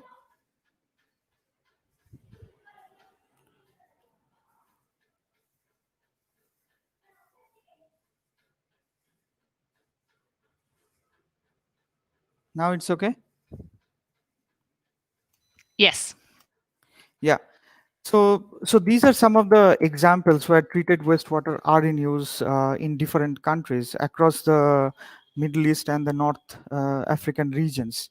So basically these are all public sector investments, and which are being implemented by most of the national agencies towards reclaiming the wastewater and using it for either fruit cultivation or different agricultural purposes. But these are only a few hand-picked examples, and if we see in case of India, means there is a huge potential for reclaiming this wastewater and using it for agriculture, because there might be a potential created to about 1 to 3 million hectares, which can support at about 2 million farmers. And this has also considerations on energy savings, because it can reduce the groundwater pumping and can save a potential of 600 crores annually. So given the reuse of reclaimed wastewater, we can think of different business models, or I shouldn't say exactly business models, but those can be termed as social models, which can help in promoting use of wastewater. One of which is recover the treated wastewater in arid and semi-arid regions and use it for agriculture. So as I was giving you the examples, so this is a system where you have the treatment plant, which can be run by the public or the private sector. And even there are models which talk about how do we engage the private sector through different capital investment or viability gap funding. And you have the farmers water user associations, who are directly linked to the treatment provider, and through which the entire system can operate. Yet another one is having a strong rural urban linkage through intersectoral water exchange models. So here farmers are encouraged to use the treated urban wastewater, whereas the local industry pays for the urban water agency for reclaimed water. And then the farmers accept more reliable and reclaimed water in the times of in the dry period. And this can be means actually what they're doing effectively is they're not dependent on on the groundwater, which can be used by this water utility agency, and they can pump out that water for the urban center. So basically what we are talking here is more of a conjunctive use, what Professor Sharma was talking about. So we provide a system through which we can cater to both the replenishing of the groundwater and then use it for the urban centers. Now, what are the main challenges of agricultural reuse? The main challenges of agricultural reuse are costs associated with the treated wastewater reuse is quite high.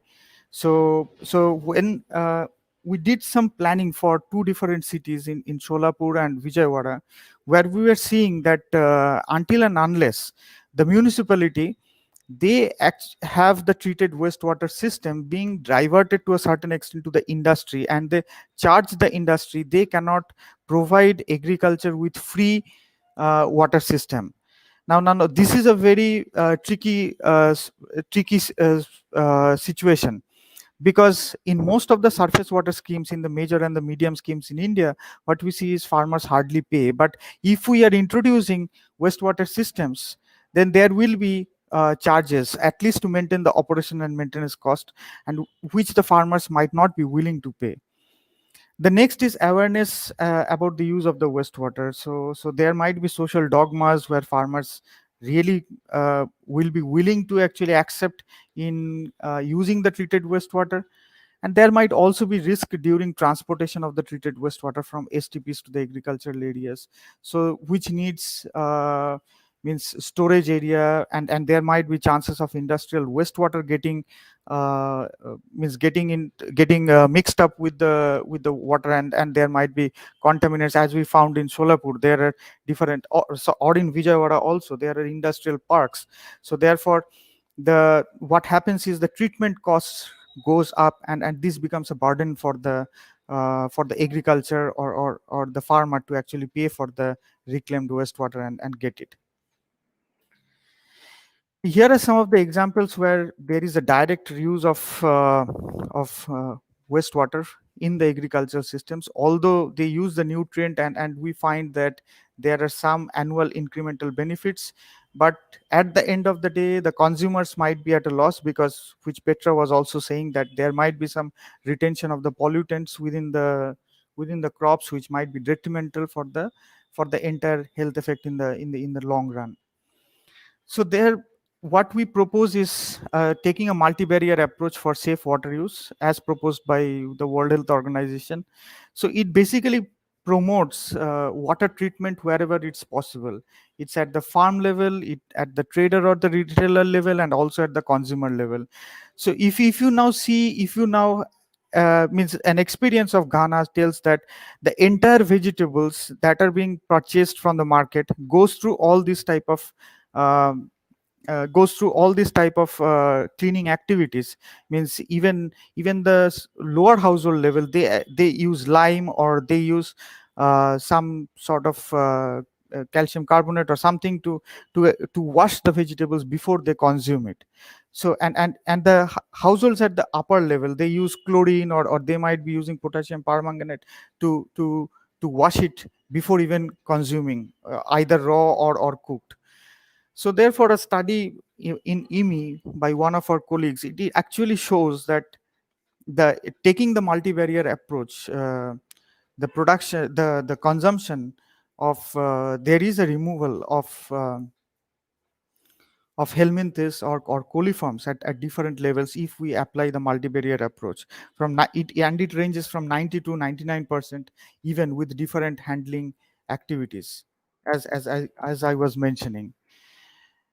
Now, direct wastewater to aquaculture is another food system which can be promoted, and this has been a long experience, and there has been a long experience especially in the Southeast and South Asia, in Bangladesh, in Ghana, in Kolkata even. So the wastewater is directly used for fish feed through aquaculture, and it might also be enhanced, means through different agencies which can promote duckweed farming or different monitoring of the systems, so that it can be ensured that the fish quality is maintained and it is not being contaminated. So what we find is primarily wastewater stabilization ponds can be used, which is in one way treating the entire wastewater, and then when we have the polishing pond or the oxidation pond, which is the last phase in the stabilization pond system, we can use it for aquaculture, so that the contamination risk is primarily very low there. The last chain that I'm talking of is reclaiming the nutrients out of the wastewater system, so which is through the different fecal sludge management solutions. Now in Indian context, this is now very important, because right now what we find in Uttar Pradesh, in Madhya Pradesh, many of the municipal sewage treatment plants, they are being used for co-treatment for the fecal sludge, and it is one way where we can actually draw down the and retain back the fertilizer or the soil nutrients that are actually lost and not being used. So therefore there are appropriate business models, but again, raising awareness of farmers in using this type of soil nutrients is a big challenge and big issue. So one of the fecal sludge treatment solutions means where we find this in particular use is in Bangalore, in just outside Bangalore, in Devanahalli area, where we find that the concept of there are private businesses which actually empty the fecal sludge and delivers it to the farms, and the farmers actually bid for those type of systems, those type of fecal sludges, and they actually leave the fecal sludge for some days in their field, and after that they try to enrich the soil and again start cultivation. So these type of businesses can actually are unconventional and yet can produce to certain extent, may not be the whole, but used in conjunction with other sources, can be proved to be a way out in managing water for irrigation. So coming to the conclusions, the very important thing is improved water management within agricultural systems can provide a significant reduction on nutrient leaching, but also pesticide pollution. There are incentives for better water management, and it lies within the agricultural value chains, which needs to be tapped and which needs to be understood. Unconventional water sources are more than just water and provide nutritional benefits also to the soil. And there are different business models and financial incentives to bring together better water use and recycle. So as I was telling, means linking the urban and rural systems has to be very important for climate adaptation and looking into the city resilience and also targeting the food and nutrition in the long run. Thank you from Petra and me. Thank you, Dr. Bell, for giving us the opportunity to speak.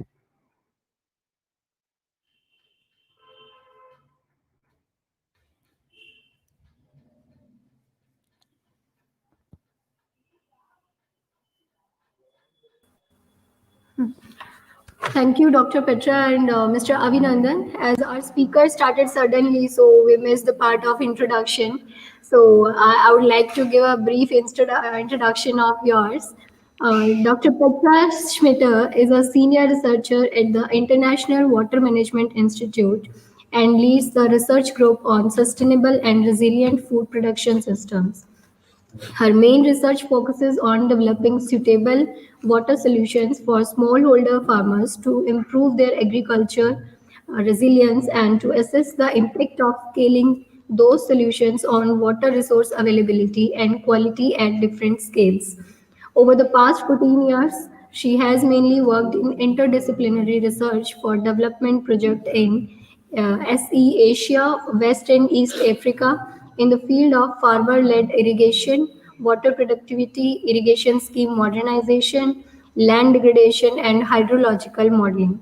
She holds an MSc in bioengineering in environmental technology from the KU Leuven and MSc in water resources engineering from the KU Leuven VUV and a PhD in agricultural science from the University of Arnhem, for which she received an award for outstanding research. And Mr. Avinandan Taran has an academic background in economics with a focus on agricultural and resource economics He is also trained in environmental management and is involved in different research projects for promoting a circular economy. For the last 4 to 5 years, he is also working at IWMI as a researcher analyzing institutions and investments towards the resource recovery and reuse focused on agriculture and rural-urban linkages. Thank you so much, Dr. Petra and Mr. Abhinandan. Thank you. Thank you for having us. Thank you.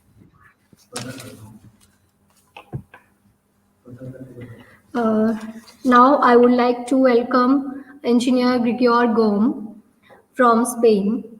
Engineer Gom represents internationally acclaimed Sena Water Solutions located in Barcelona, Spain. He is specialized in electrolyzed water technology. This technology is fast emerging powerful solution for improving water quality for its use in agriculture and industry.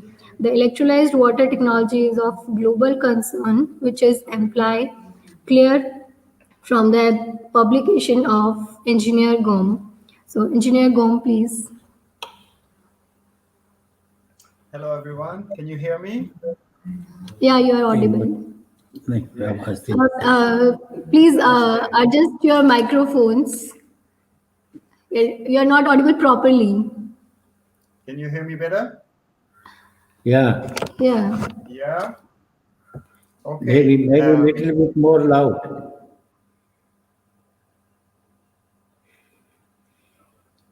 Like that, it's better. Okay, sir, it's fine. You can proceed. Okay. Well, thank you for the introduction. Actually, send you greetings from Valencia. We are based in Valencia, not Barcelona, but it's not very far away. And actually, speaking about water resources, just this morning and yesterday we are having strong floods here, strong rainings, which is not usual, but with climate change, it's getting stronger. So yeah. First of all, I would like to thank you, all the organizers, my colleagues, speakers, for these quality talks and organizing such interesting events, and especially the Professor Bell. I would like to thank you for making that happen in a very important topic, which is water management. Well, I would like to first, I'm going to share my screen. Let's see if I can do it as well as my colleagues. You still hear me, right? Okay. So I'm going to present you as a novel innovative technology, electrolyzed water, which we are developing, and which is, we believe, has a lot of answering some of the burning issues and troubles we are facing today of water management, and what my colleague speakers have been very interestingly showing previously.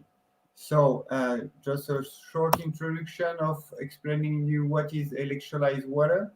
It's actually today one of the most efficient disinfectants, naturally produced only using water and salt, and it's highly efficient, up to 100 times more than bleach, sodium hypochlorite.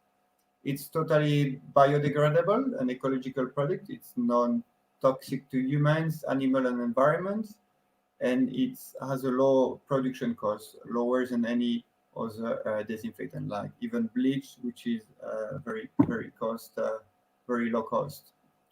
The main benefits of electrolyzed water, I'm first putting the big pictures, and after I will get into the applications of the technology, especially in water management. So it can reduce up to 90% of the chemical used today in disinfection and cleaning processes. So which, as you know, impact a lot the water resources, the quality of the effluents of the water effluents, the rivers and the ground water. So yes, that's one of the first benefits. Second, it can reduce the water and energy consumption, saving up to 50% of water and energy in disinfection processes. That's important also to state.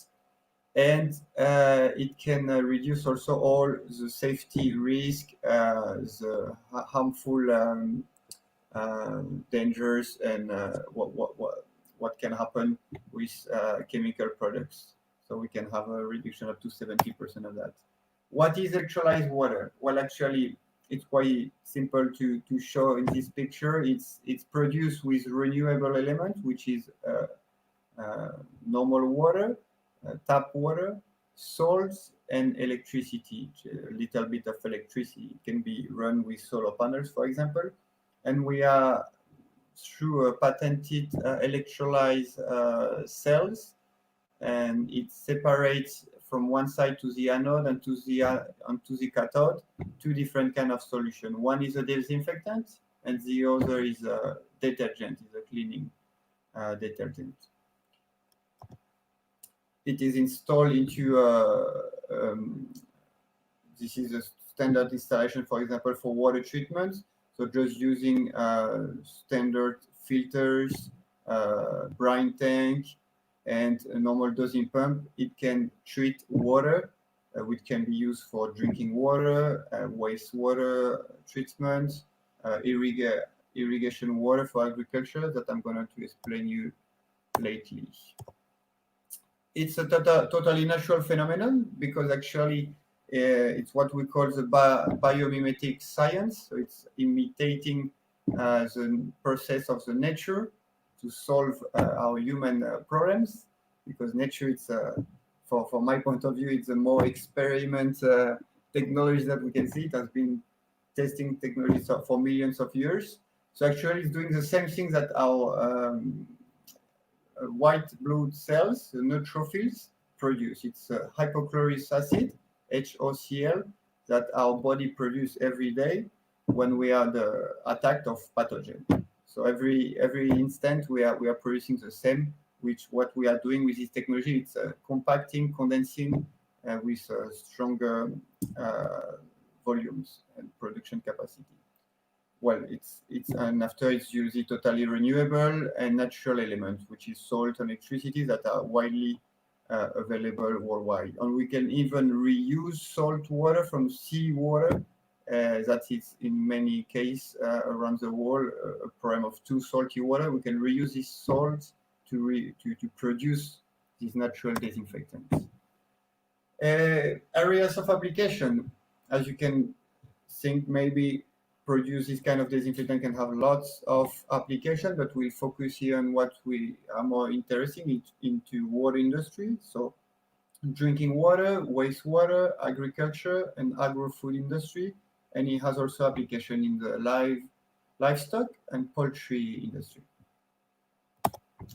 Okay, so for water industry, this can be used for drinking water and wastewater, replacing the existing disinfectants. So just by dosing a very low amount of chlorine, we can reduce by 4 times the amount of chlorines that are used today. So having a much higher quality water, lower disinfectant byproduct, which are chlorides, perchlorides, trihalomethans, that has a lot of contamination to the received environment. So we can reduce those toxic disinfectant by 10 times. And also it's totally non-dangerous, the product that we are producing on site, it's on-site production.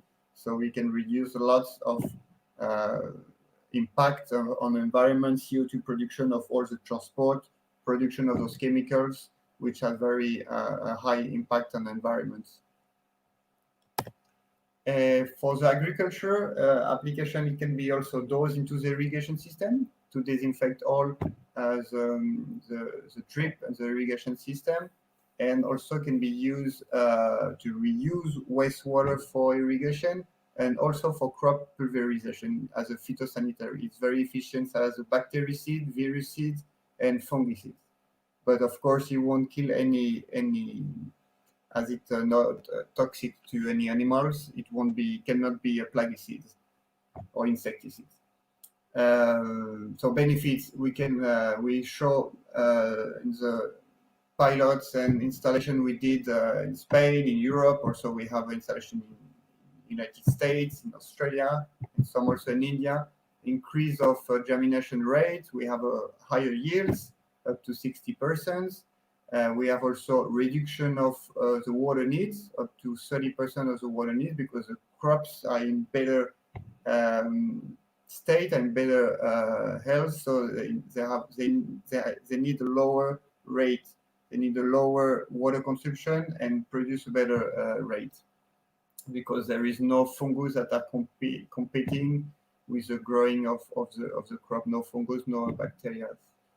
And of course, there is a reduction in the production cost, because it's very cost effective to produce. When the farmer has this technology, the cost is only 1 cent of euro here. It's then 1 cent of euro for 1 cubic meter, and can treat 1,000 times more of water. Also, application in cooling towers to eliminate all kind of Legionella, for example, but I won't go much into details in that. All the food, agro-food industry, which is a very large amount of, very large consumer of fresh water. So we managed to reduce in those industry up to 50% of their water consumption by doing closed loop system. And because we maintain the water with always the right amount of electrolyzed water, and no bacteria, no fungus for the processed water. So because most of the industry now, they just get fresh water, clean, using for the cleaning process, and just take it out and not recycle it. So first, it consumes a lot of amount of water, and it contaminates the receiving environment, the rivers and groundwaters. So, and we have, in this case, some advantages, like we can extend the lifespan of the vegetables up to 50%, because there is no pathogens. So it's an increase of the quality of the product. And for example, the cleaning place, this is a graph for cleaning place. All the cleaning process of most of the food industry, we can reduce up to 90% of the chemical product use. Also the time of working time, because we don't have to do 5 steps. We don't have to do washing. We don't have to do water washing, because most of the processes now, when they use chemicals, they need to do washing process after the cleaning, because they are using harmful chemicals, most of the time chlorine, hypochlorite. They need to do clearing, washing with fresh water. With our technologies, there is no need for cleaning after, because it's totally biodegradable and non-toxic. So we can save up to 40-50% of water, and for the time also, it's a good reduction, and also cost of prevention, labor prevention risk. Also, as you can imagine, in livestock, we are currently doing several installations here in Spain, and we can see that the animals are much healthier. They are consuming less feed and less water also, because they have a better digestive system, because we are dosing like 3% of this electrolyte water into the drinking system, and also fogging the barns, which makes them their healthy system, their breathing system better. So you can imagine all kind of livestock, poultry, eggs productions. There is application on all of that. Just a little bit of background. This technology is a long story and come from the Cold War with Nobel Prize Eli Mechnikov from Russia. It's known to be the highest, the strongest public investigation in water treatment. Lots of public funds from the URSS in this time has been spent on this technology, with the Nobel Prize Eli who is the medicine, the doctor who found that the white globules produce HOCl, hypochlorous acid. So they wanted to develop a technology that can reproduce this process of our immune system. And after it has been patented, the technology, and now it's produced in Europe. Some advantages of the technology compared to chlorine gas, which is very harmful, chlorine dioxide, hypochlorite, ozone, and UV. As you can see quickly, well, it's most effective most of the time. It has no residual effects. It's lower cost of production and no risk of corrosion because it's totally safe, and lower maintenance cost. And basically that's the difference with standard electrolysis. Our electrolysis has a membrane of the cell which can separate, as I told you, two solutions. One is an anolyte and on the other one is a catalyte. So the anolyte is a disinfectant and the other can be used in all cleaning, is a detergent, can be used in all cleaning system. One of our partners that are using the technology around the world, as you can see, Coca-Cola, Danone, Fonterra, Pepsi, and Aviag and Ross, which has the strongest genetics in poultry. And now you may be, and our international presence in 55 countries. And now you may be think about the actual situation of COVID-19, which is really this technology can replace most of the disinfectant that is used today, because as it's non-toxic, we can fog into closed space directly on people, and there is no harmful effect, and it's 100 times more efficient than chlorine. Most of the places are using chlorine to disinfect the place, to disinfect the urban mobiliary, for example. So with our technology now, it's used strongly in the United States, in Europe, for stopping the contagious of the COVID-19, and can be used also on hands in hydroalcoholic gels, for example. Actually, at home I have a little fogger, and my little daughter is using it. She's 6 years old and she's happy to fog her hands every day when she comes at home. And I'm not worrying about as it can be toxic, as even some hydroalcoholic gel at the end it lets your hands with bad irritating skin. With this you don't have any kind of irritation.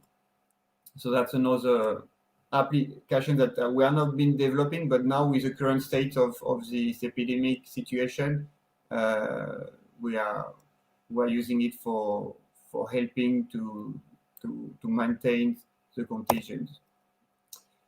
Okay, thank you very much. That's all for now. If you have any question, here are my contact details of the company, and you can send me an email or anything. Thank you for your time, and have a good day. Thank you, Engineer Gom, for sharing this valuable information. Now, I would like to invite Engineer David. Engineer David, mark it up. Sir? Sir? No. Engineer David, please.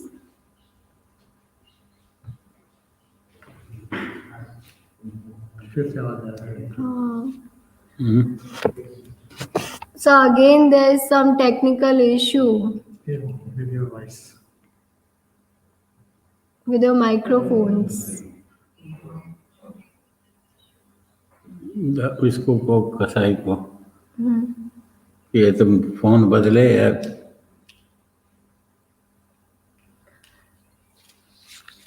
Sir, please can you change your microphones, or can you please deliver by removing these microphones?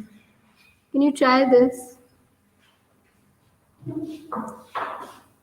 So you have muted your call. So please remove these. इसको बोलो यार कसाई को, why is not picking up?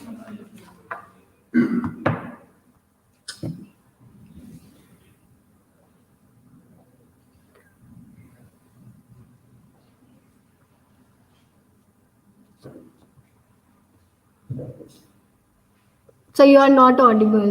Again, there is some technical issue. सिक्का खोला, सिक्का सब कुछ लो यार।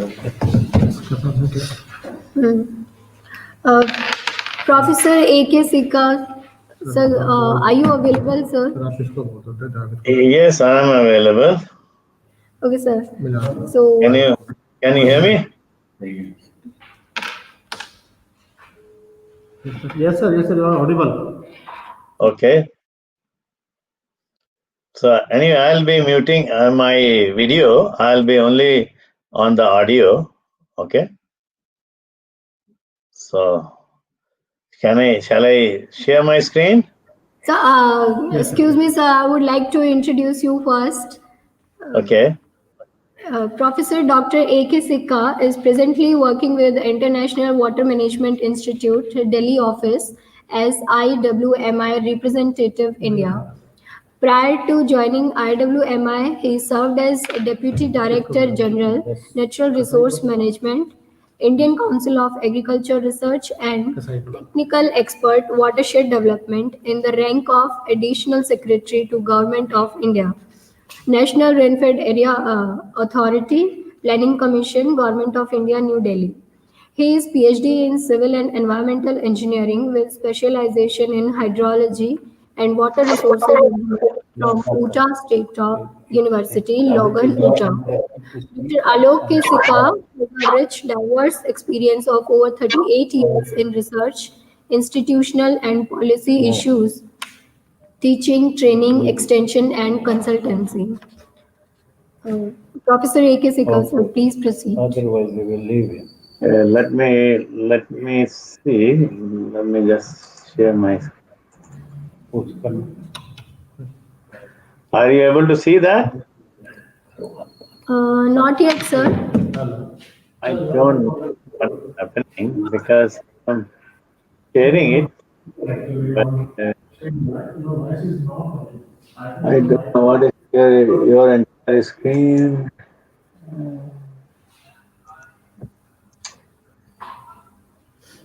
Your screen is not visible, sir. That's what I'm trying. Screen sharing is in 2 monitors. Your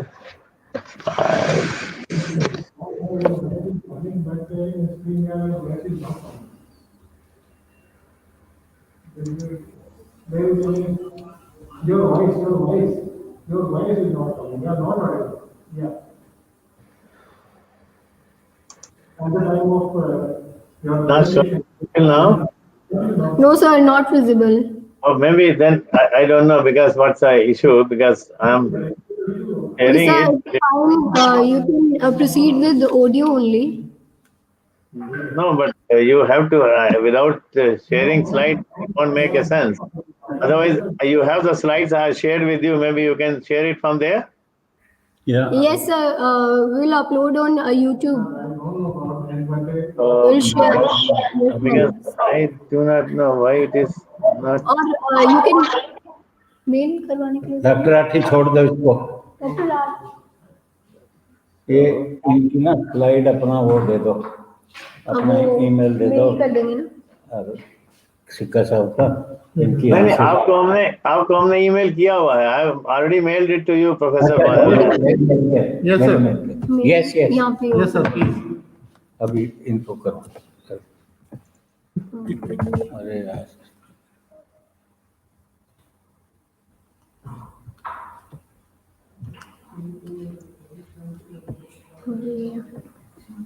ये कर रहे हैं उनको. अभी आया? Has it come now? Now, ये कर रहे हैं हम. I have again tried. Maybe I think it shows that it is sharing. But just check. Yeah. Okay, sir. It's visible now. It's visible now. Okay, so I'll go ahead. Okay. Yes, So Yes, sir. okay. So thank you very much, for giving me this opportunity. This is Alok Sikka. Thanks for my introduction. And as she mentioned, I represent International Water Management Institute. And what I'll be sharing with you is, in another 20 minutes, is basically what IMI in India portfolio is about in terms of sustainable and resilient food system. So that's what I'll be basically talking about.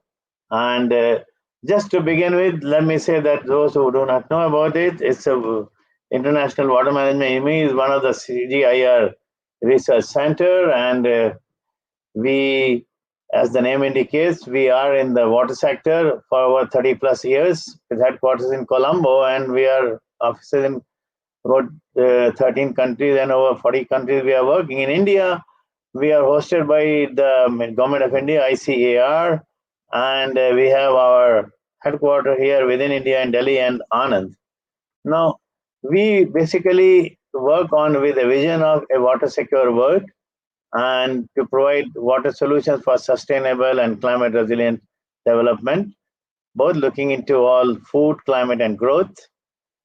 Now, coming to particularly the Indian situation, and more so is the situation in the South Asia, because the Indian and the South Asian agriculture is highly water and energy intensive, and particularly because of the expanded groundwater boom, it has also been leading to the groundwater depletion, and because the number of tube wells have gone up drastically, and with the fact that over 62% of the net irrigated area or the cropped area is from groundwater, and so that's where the energy angle also comes into, because you need the energy to pump the groundwater, and so that's what we call it as a groundwater energy nexus.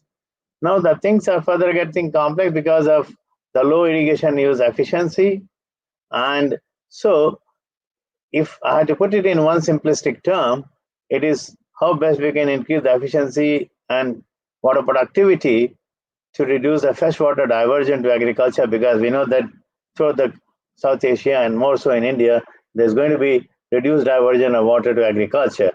And we need to build the resilience to sustaining the food system. So you can see on the right hand side, this is the kind of the situation that how the number of the groundwater infrastructures have gone up, and how the canal irrigation is almost kind of at the same plateauing level, and the groundwater irrigation is on the increase. This is what you see in the slide is up now is some of our current IMI portfolio, where we are working on a number of projects in various parts of the country on water, food, and ecosystems, water, climate change and resilience, and water growth and inclusion. And so this is, I will of course not be going to the detail of this. As I go along, I'll try and touch few of those points. Now to begin with, as some of you be knowing that it was IMI which started pretty much working on water productivity in the early days. And we are not only just talking about the physical water productivity, that is a yield in terms of consumptive water use or the applied irrigation water, but also of late what is becoming very important is economic water productivity, the net value of the output which per cubic meter of water or the consumptive water use generates.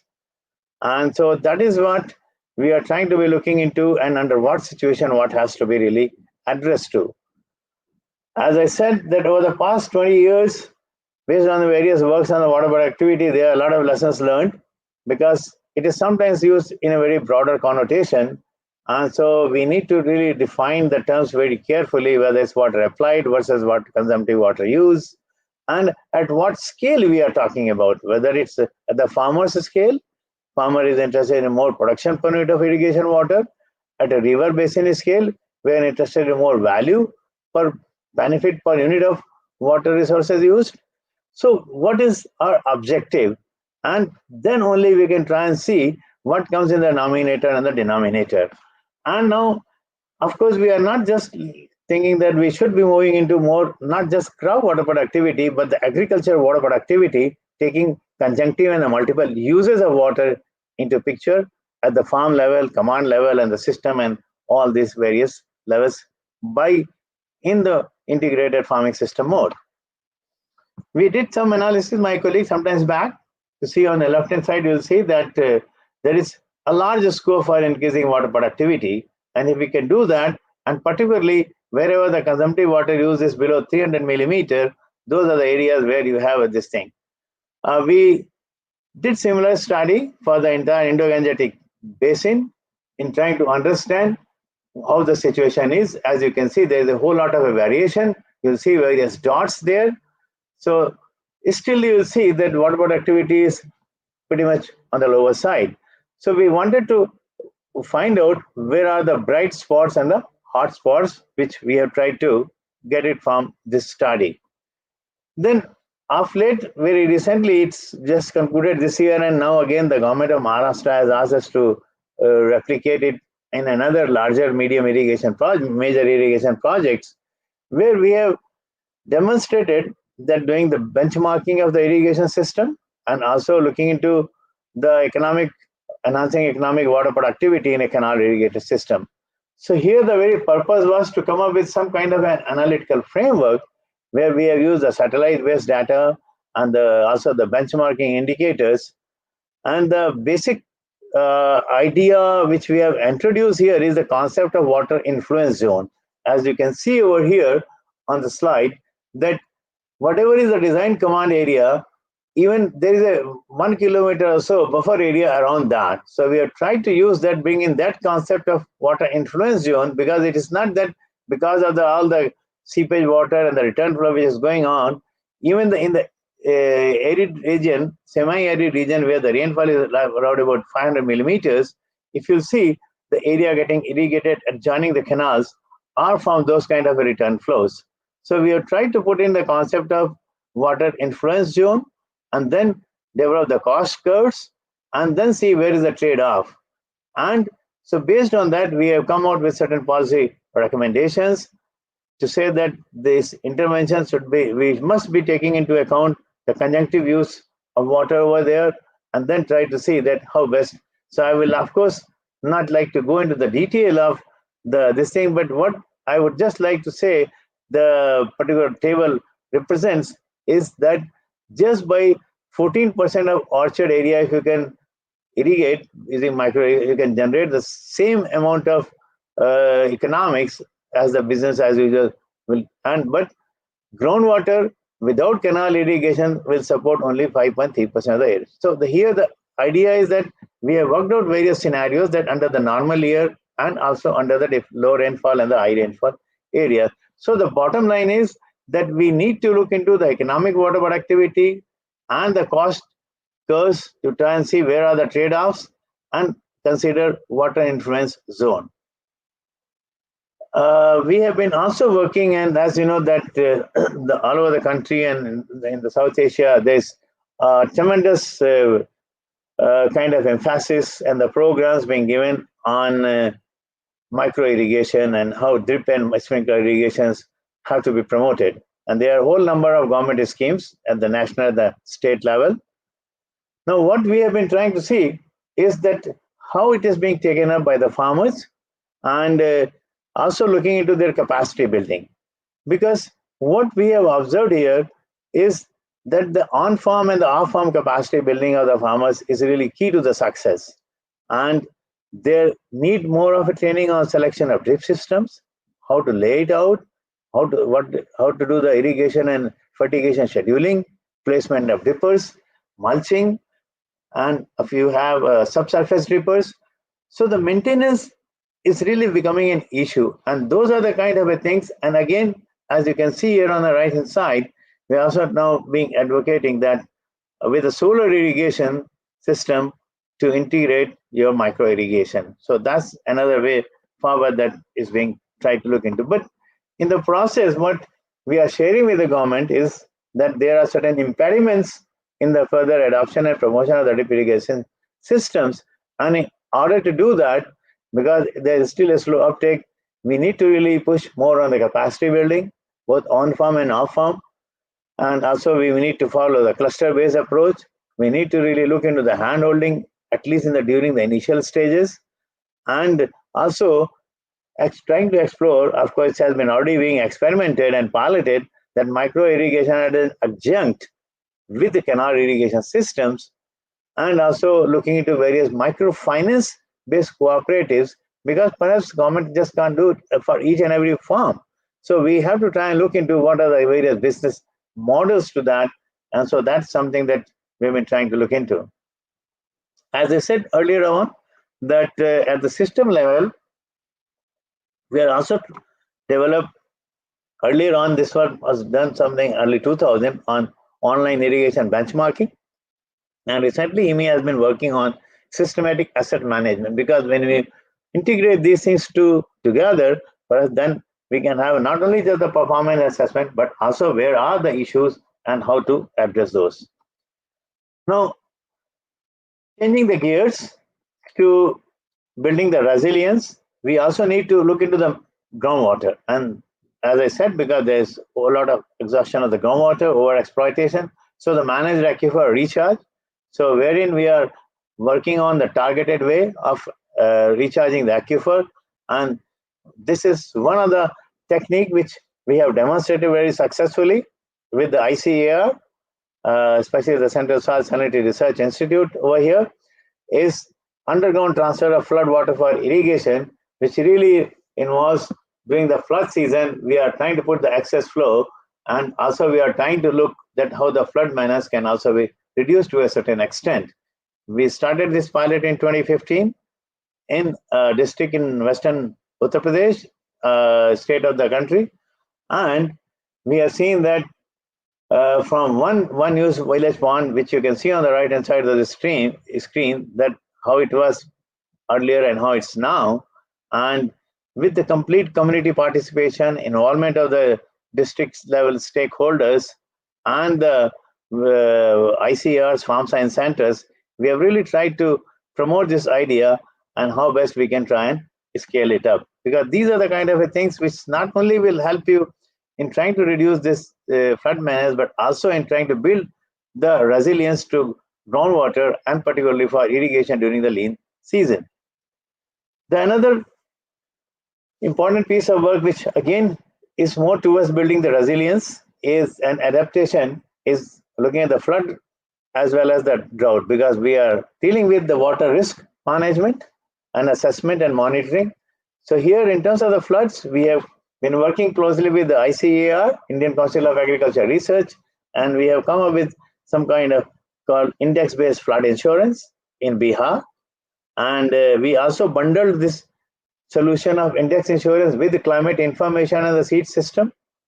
And so this has really come up well, and the payouts have been made. There are private reinsurers and the reinsurance companies which have really come forward into that. On the similar lines, in terms of the drought risk management, we together with the ICAR have been using what IMI has developed, integrated drought severity index, and through our South Asia drought monitoring system, we are publishing on a weekly basis these bulletins and trying to see how best it can be used for drought management planning, crop drought contingency plans, and so on and so forth. Now, the other portfolio which is more towards building the resilience is on the climate smart agriculture, where we are building the climate resilience of the small farmers through various practices, including now we have gone into the chameleon sensors and alternate wetting and drying and micro irrigation. And we are also now trying to be looking into how do we scale it up. We did it for one state of India, and now we are looking into that complete kind of a framework which we are developing for the country as a whole. And what is the framework for developing the district agricultural climate adaptation plans, and how then we try kind of move it forward. I think my colleague from IMI, I think while ago, they have spoken to you about our portfolio on reuse of water and circular economy. So I'll not go into the detail, but this is one piece of work which I know they have not shared it with you, that we work on the Healthy Ganges project in trying to see, and this is more that we are trying to see that on the fecal sludge management, on a decentralized local sanitation solutions, and then how it can reduce the load on the streams, the pollution going to the stream. So that is one piece of information which we did jointly, and I think now there is a lot of uptake, and even the NMCG, National Mission on Clean Ganga, along with the CAC and others, they are now, these programs are now being pushed forward. So that's another good thing. Now, changing the gears again, that we feel that there is a really need, because we call of water, energy, food, and climate nexus. And so there is a good opportunity to do the co-management, because water cannot be managed unless the other sectors of energy and food policies are also in sync with that. So that's the kind of a challenge which we have.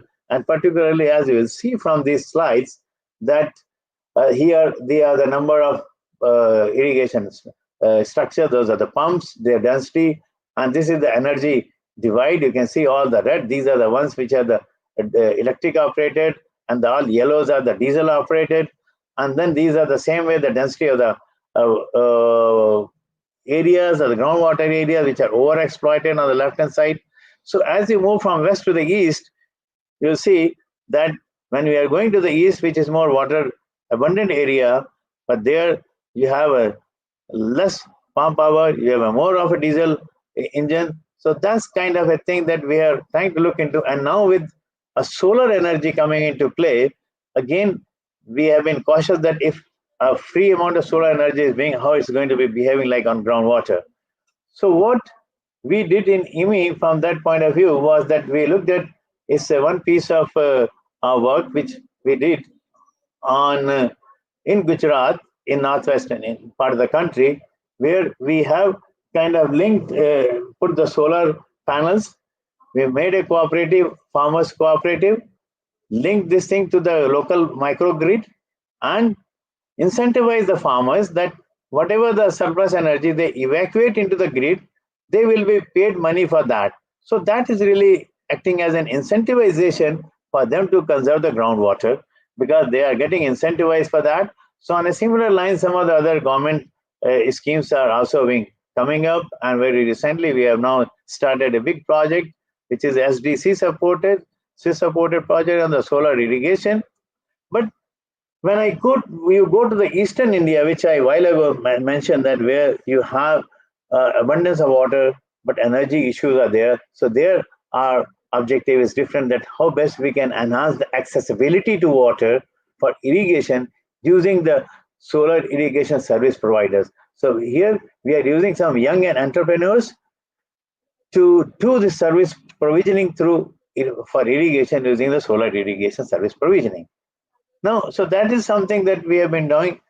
Another things which we did on the policy and the governance and the institutions, that there is a big scheme of PM irrigation scheme, what is locally called as PMKSY, Pradhan Mantri Krishi Sinchai Yojana, where the slogan is that every farmer's field should be given with water. So we came up with one kind of, under our IMI Tata Water Policy Program, a document where we said these are the irrigation deprived districts. And so we are trying to look into those things. So based on that piece of work, the Government of India Water Resources Ministry has come up with a program called PMKSY Groundwater Component. So what I want to emphasize is that we are into the policy advocacy also, and trying to see that how best we can influence or help the government on the policy. Now my last slide is again on the water policy and the institution and the governance, that where we are also looking into one of the World Bank supported project in West Bengal on the accelerated development of minor irrigation. And here what the bottom line is that we have been doing that assessment and evaluation, that no matter you have water is an association, but the difference what we have observed here is when you do the water value addition of this this minor irrigation systems, where the community organizations and water association have been created, but now when you have added another dimension of agriculture support services through them via the WUA, that has really helped in converting those means with ends, and that has really played the trick, and that's really working pretty well. Now finally, in order to try and see that how we can conserve groundwater and reduce the over-exploitation of groundwater in the northwestern part of the country. Particularly, this is the case in Punjab, where along with the World Bank and the other institutions, we are working and trying to look into that. Here, they are doing a direct benefit transfer scheme, DBTE, for electricity. Means there is an average rate of electricity. If you consume more than that, I mean, you will not be penalized, but if you be more efficient, use less than that, you get incentivized. So this is another way of doing incentivization for the farmers to do the groundwater conservation. So that's something. So finally, I leave you with the message that yes, we need to really give a lot of emphasis and the focus on harnessing the potential opportunities for improving agricultural water productivity and incentivizing farmers to conserve water, and also in fast pacing the micro irrigation adoption, strengthening capacity of farmers and on and off farm, as I mentioned, not only just the farmer, also of the institutions. And we also really need to look into the business models for scaling out. The models which will increase in increasing water use efficiency, water productivity, micro irrigation. So I think it's a time has come that we have to go more into the PPP, public-private partnership mode, through microfinancing, business-based cooperatives, farmer-producer organizations, or any other kind of such more innovative business models. Now, in order to make the agriculture more resilient and sustainable, we really, as I mentioned, need to look into the agriculture water risk management, most from the floods and the droughts, through monitoring and early warning, linking with the contingency planning. And finally, as I said earlier on, that unless we try and bring and harmonize the policies of water, energy, and food and try to co-manage these in a nexus approach, perhaps we cannot move forward. So with these things, I thank you all very much, and thank you very much to everyone. Thank you, Professor Sikka. Now I would like to invite Professor Sumer Singh, Vice Chancellor, Jagannath University, Bahadurgarh. He is an engineer, metallurgy, and MBA and PhD in business management. His experiences in engineering, technologies, and management are diverse and far-reaching. He has worked at various universities in India as Dean and Vice Chancellor and visited several countries. He has knack for research, development, and training activities and believes in sustainable development. I invite him for a closing summing up remarks. Professor Sumer Singh, please.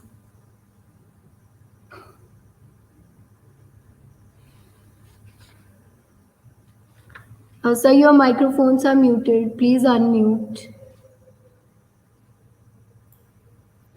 Yes, thank you, Dr. Preeti. I hope I'm audible. Yes, sir, you are audible. Okay, fine.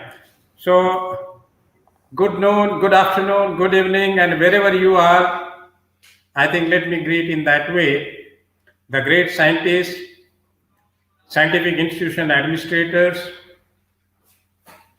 and researchers along with young minds who are going to take up their endeavors in the research.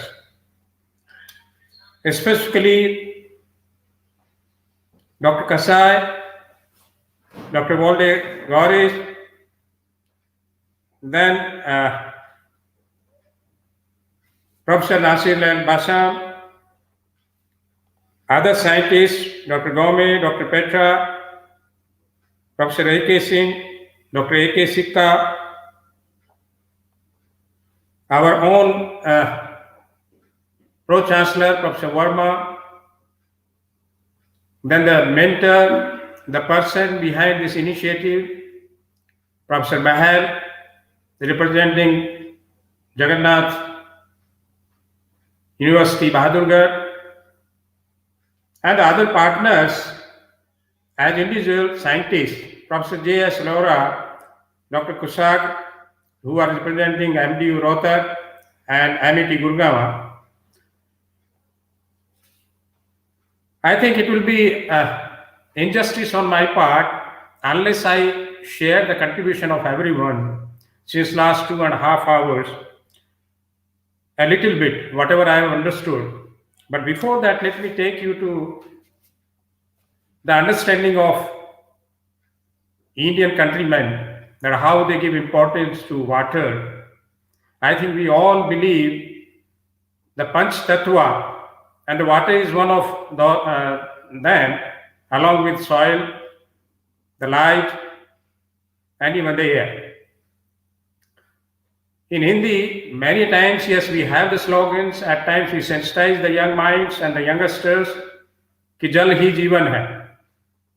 And why we say so, even biologically, as human beings, I think more than 60% water content is there in our body.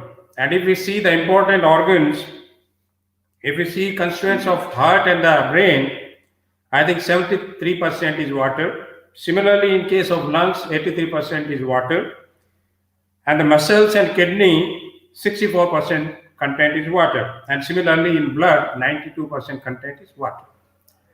So I think not only for the sake of three uses or the great uses of water in irrigation, maybe general public use, and for industry, as human body, I think it's a great talk which we could make today, and that is on the element scientifically known as water. This wow, I understand. And in India especially, the government of India is propagating the concept of reduce the use, reuse, and the recycle.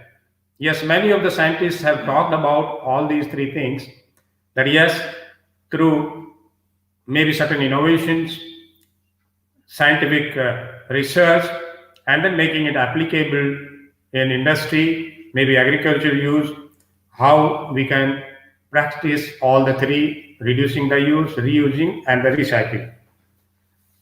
As far as starting of this session, our International Webinar is concerned, it was inaugurated by Pro-Chancellor Professor Verma, and rightly he highlighted the importance of this session in his own way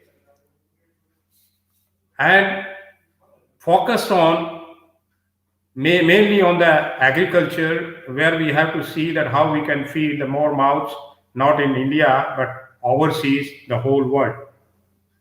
Now I come one by one to Professor Nasir El Bassem, who is representing IFSDAA, one of the organizing institution.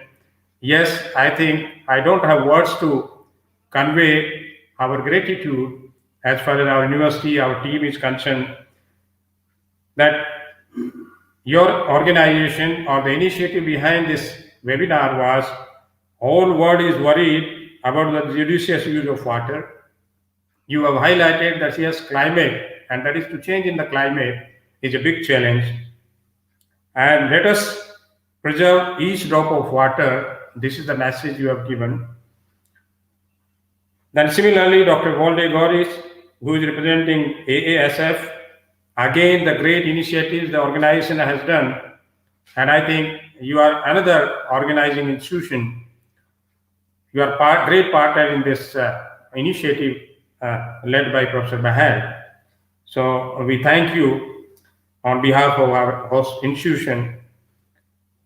Then if I come to Professor D.P. Singh, who is president of the SSARM, a great scientist, and during his presentation, he could create an impact that yes, unless we think about the productivity, and that is with the use of water, and particularly in agriculture, it will be very difficult to feed the generation of future. And even the statistics was highlighted, but most of the time, his presentation was talking about productivity at all levels, and even he declared that water should be treated as national asset. Then if I come to the other speakers, Dr. D.K. Sharma, again the soil expert scientist, he was mentioning that yes, 32% increase is going to happen as far as requirement of the food is concerned. And groundwater qualities, I think the statistics was given for whole India, including various states, and it was something worrisome, but somewhere he has given the picture that if the great scientists are continuing such contribution, I think things will be taken care of. Now I come to Professor Avindan, Dr. Petra, and they talked about unconventional ways of using water. Many of the techniques, many of the research were shared by them. Again, that's the way forward to go ahead, whatever contribution they have made through their sharings. Then Dr. Gom, yes, we are really thankful. I think I could see one of the youngest scientists in today's webinar, and he was representing Activa Solution, and I could see that he has not left any part of using organization, and that is to electrolytic water, whether it's a food industry, whether it's a agriculture. So I think use of purified water, and that is to as a quality product and giving the highest levels of productivity, that was the highlight of his talk. So we are really thankful to you. And being the young scientist, what I could gather, once I compare the age and experience of other scientists, I think we have a great future once our webinars, these such interactions are getting delivered through young scientists from other part of the international arena. Then Professor A.K. Sika, again a great administrator, always he had been part of great initiatives taken by the Government of India, and presently International Water Management Institute he belongs to. Again, he highlighted the vision of this institution is nothing but let us have the water secured world. And not only maybe something just for the saying, I think he has given the way that what are the schemes we have, what other things are happening on the name of capacity building, then maybe the flood resilience creation amongst the farmers specifically, then the drought resilience. And last he shared that yes, co-management of water, energy and food is the talk of today. Let us go hand in hand and create the great synergy to take care of all these things, where we can manage the water in better way, more efficient way, and that is to quality water. And somewhere, yes, everyone in the whole world is worried, and it's a general saying, I will not afraid to share, that if next war is to happen, that is going to happen on water, though nowadays we are facing virus or the COVID-19 situation badly.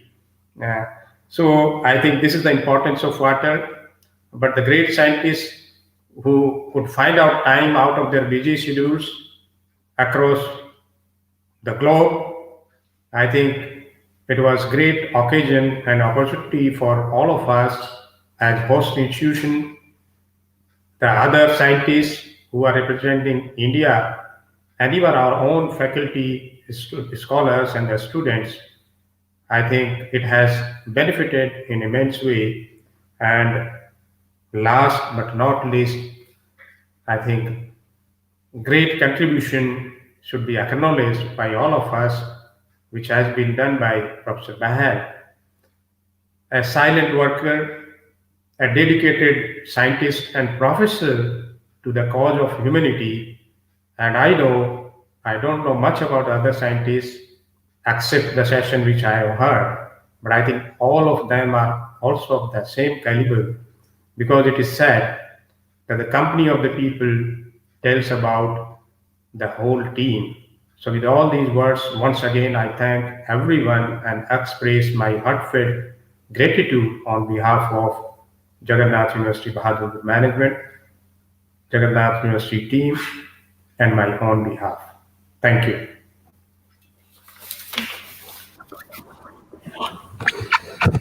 So, on behalf of Jagannath University, our Vice Chancellor has already accorded gratitude to all the speakers, but it's my pleasant duty to thank our Vice Chancellor and Pro-Vice Chancellor for encouraging us to organize webinars and other scientific activities.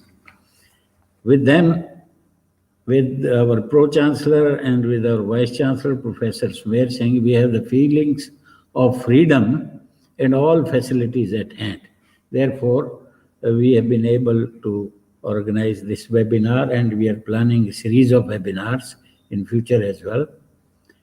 I also thank my organizing team, particularly Professor N.S. Rathi, who has been the real workforce in this webinar, and my own agriculture department people, Dr. Praveen Sharma, Dr. Mohammad Edsam, Dr. Preeti Jangra, who is the hostess for today's webinar, Dr. Purti Rohilla, Dr. Ravinder Serawat, for helping me and the whole team for organizing this webinar. I have sense of gratitude for all the speakers who agreed at a short notice. It was planned within last 1 week. It was a very short notice, but then they did wonderful message giving tasks, and then we will remain beholden to them, and we will keep them abreast of our activities in future also. Whenever we think of the water management and water use efficiency, we'll rely on them. Thank you very much.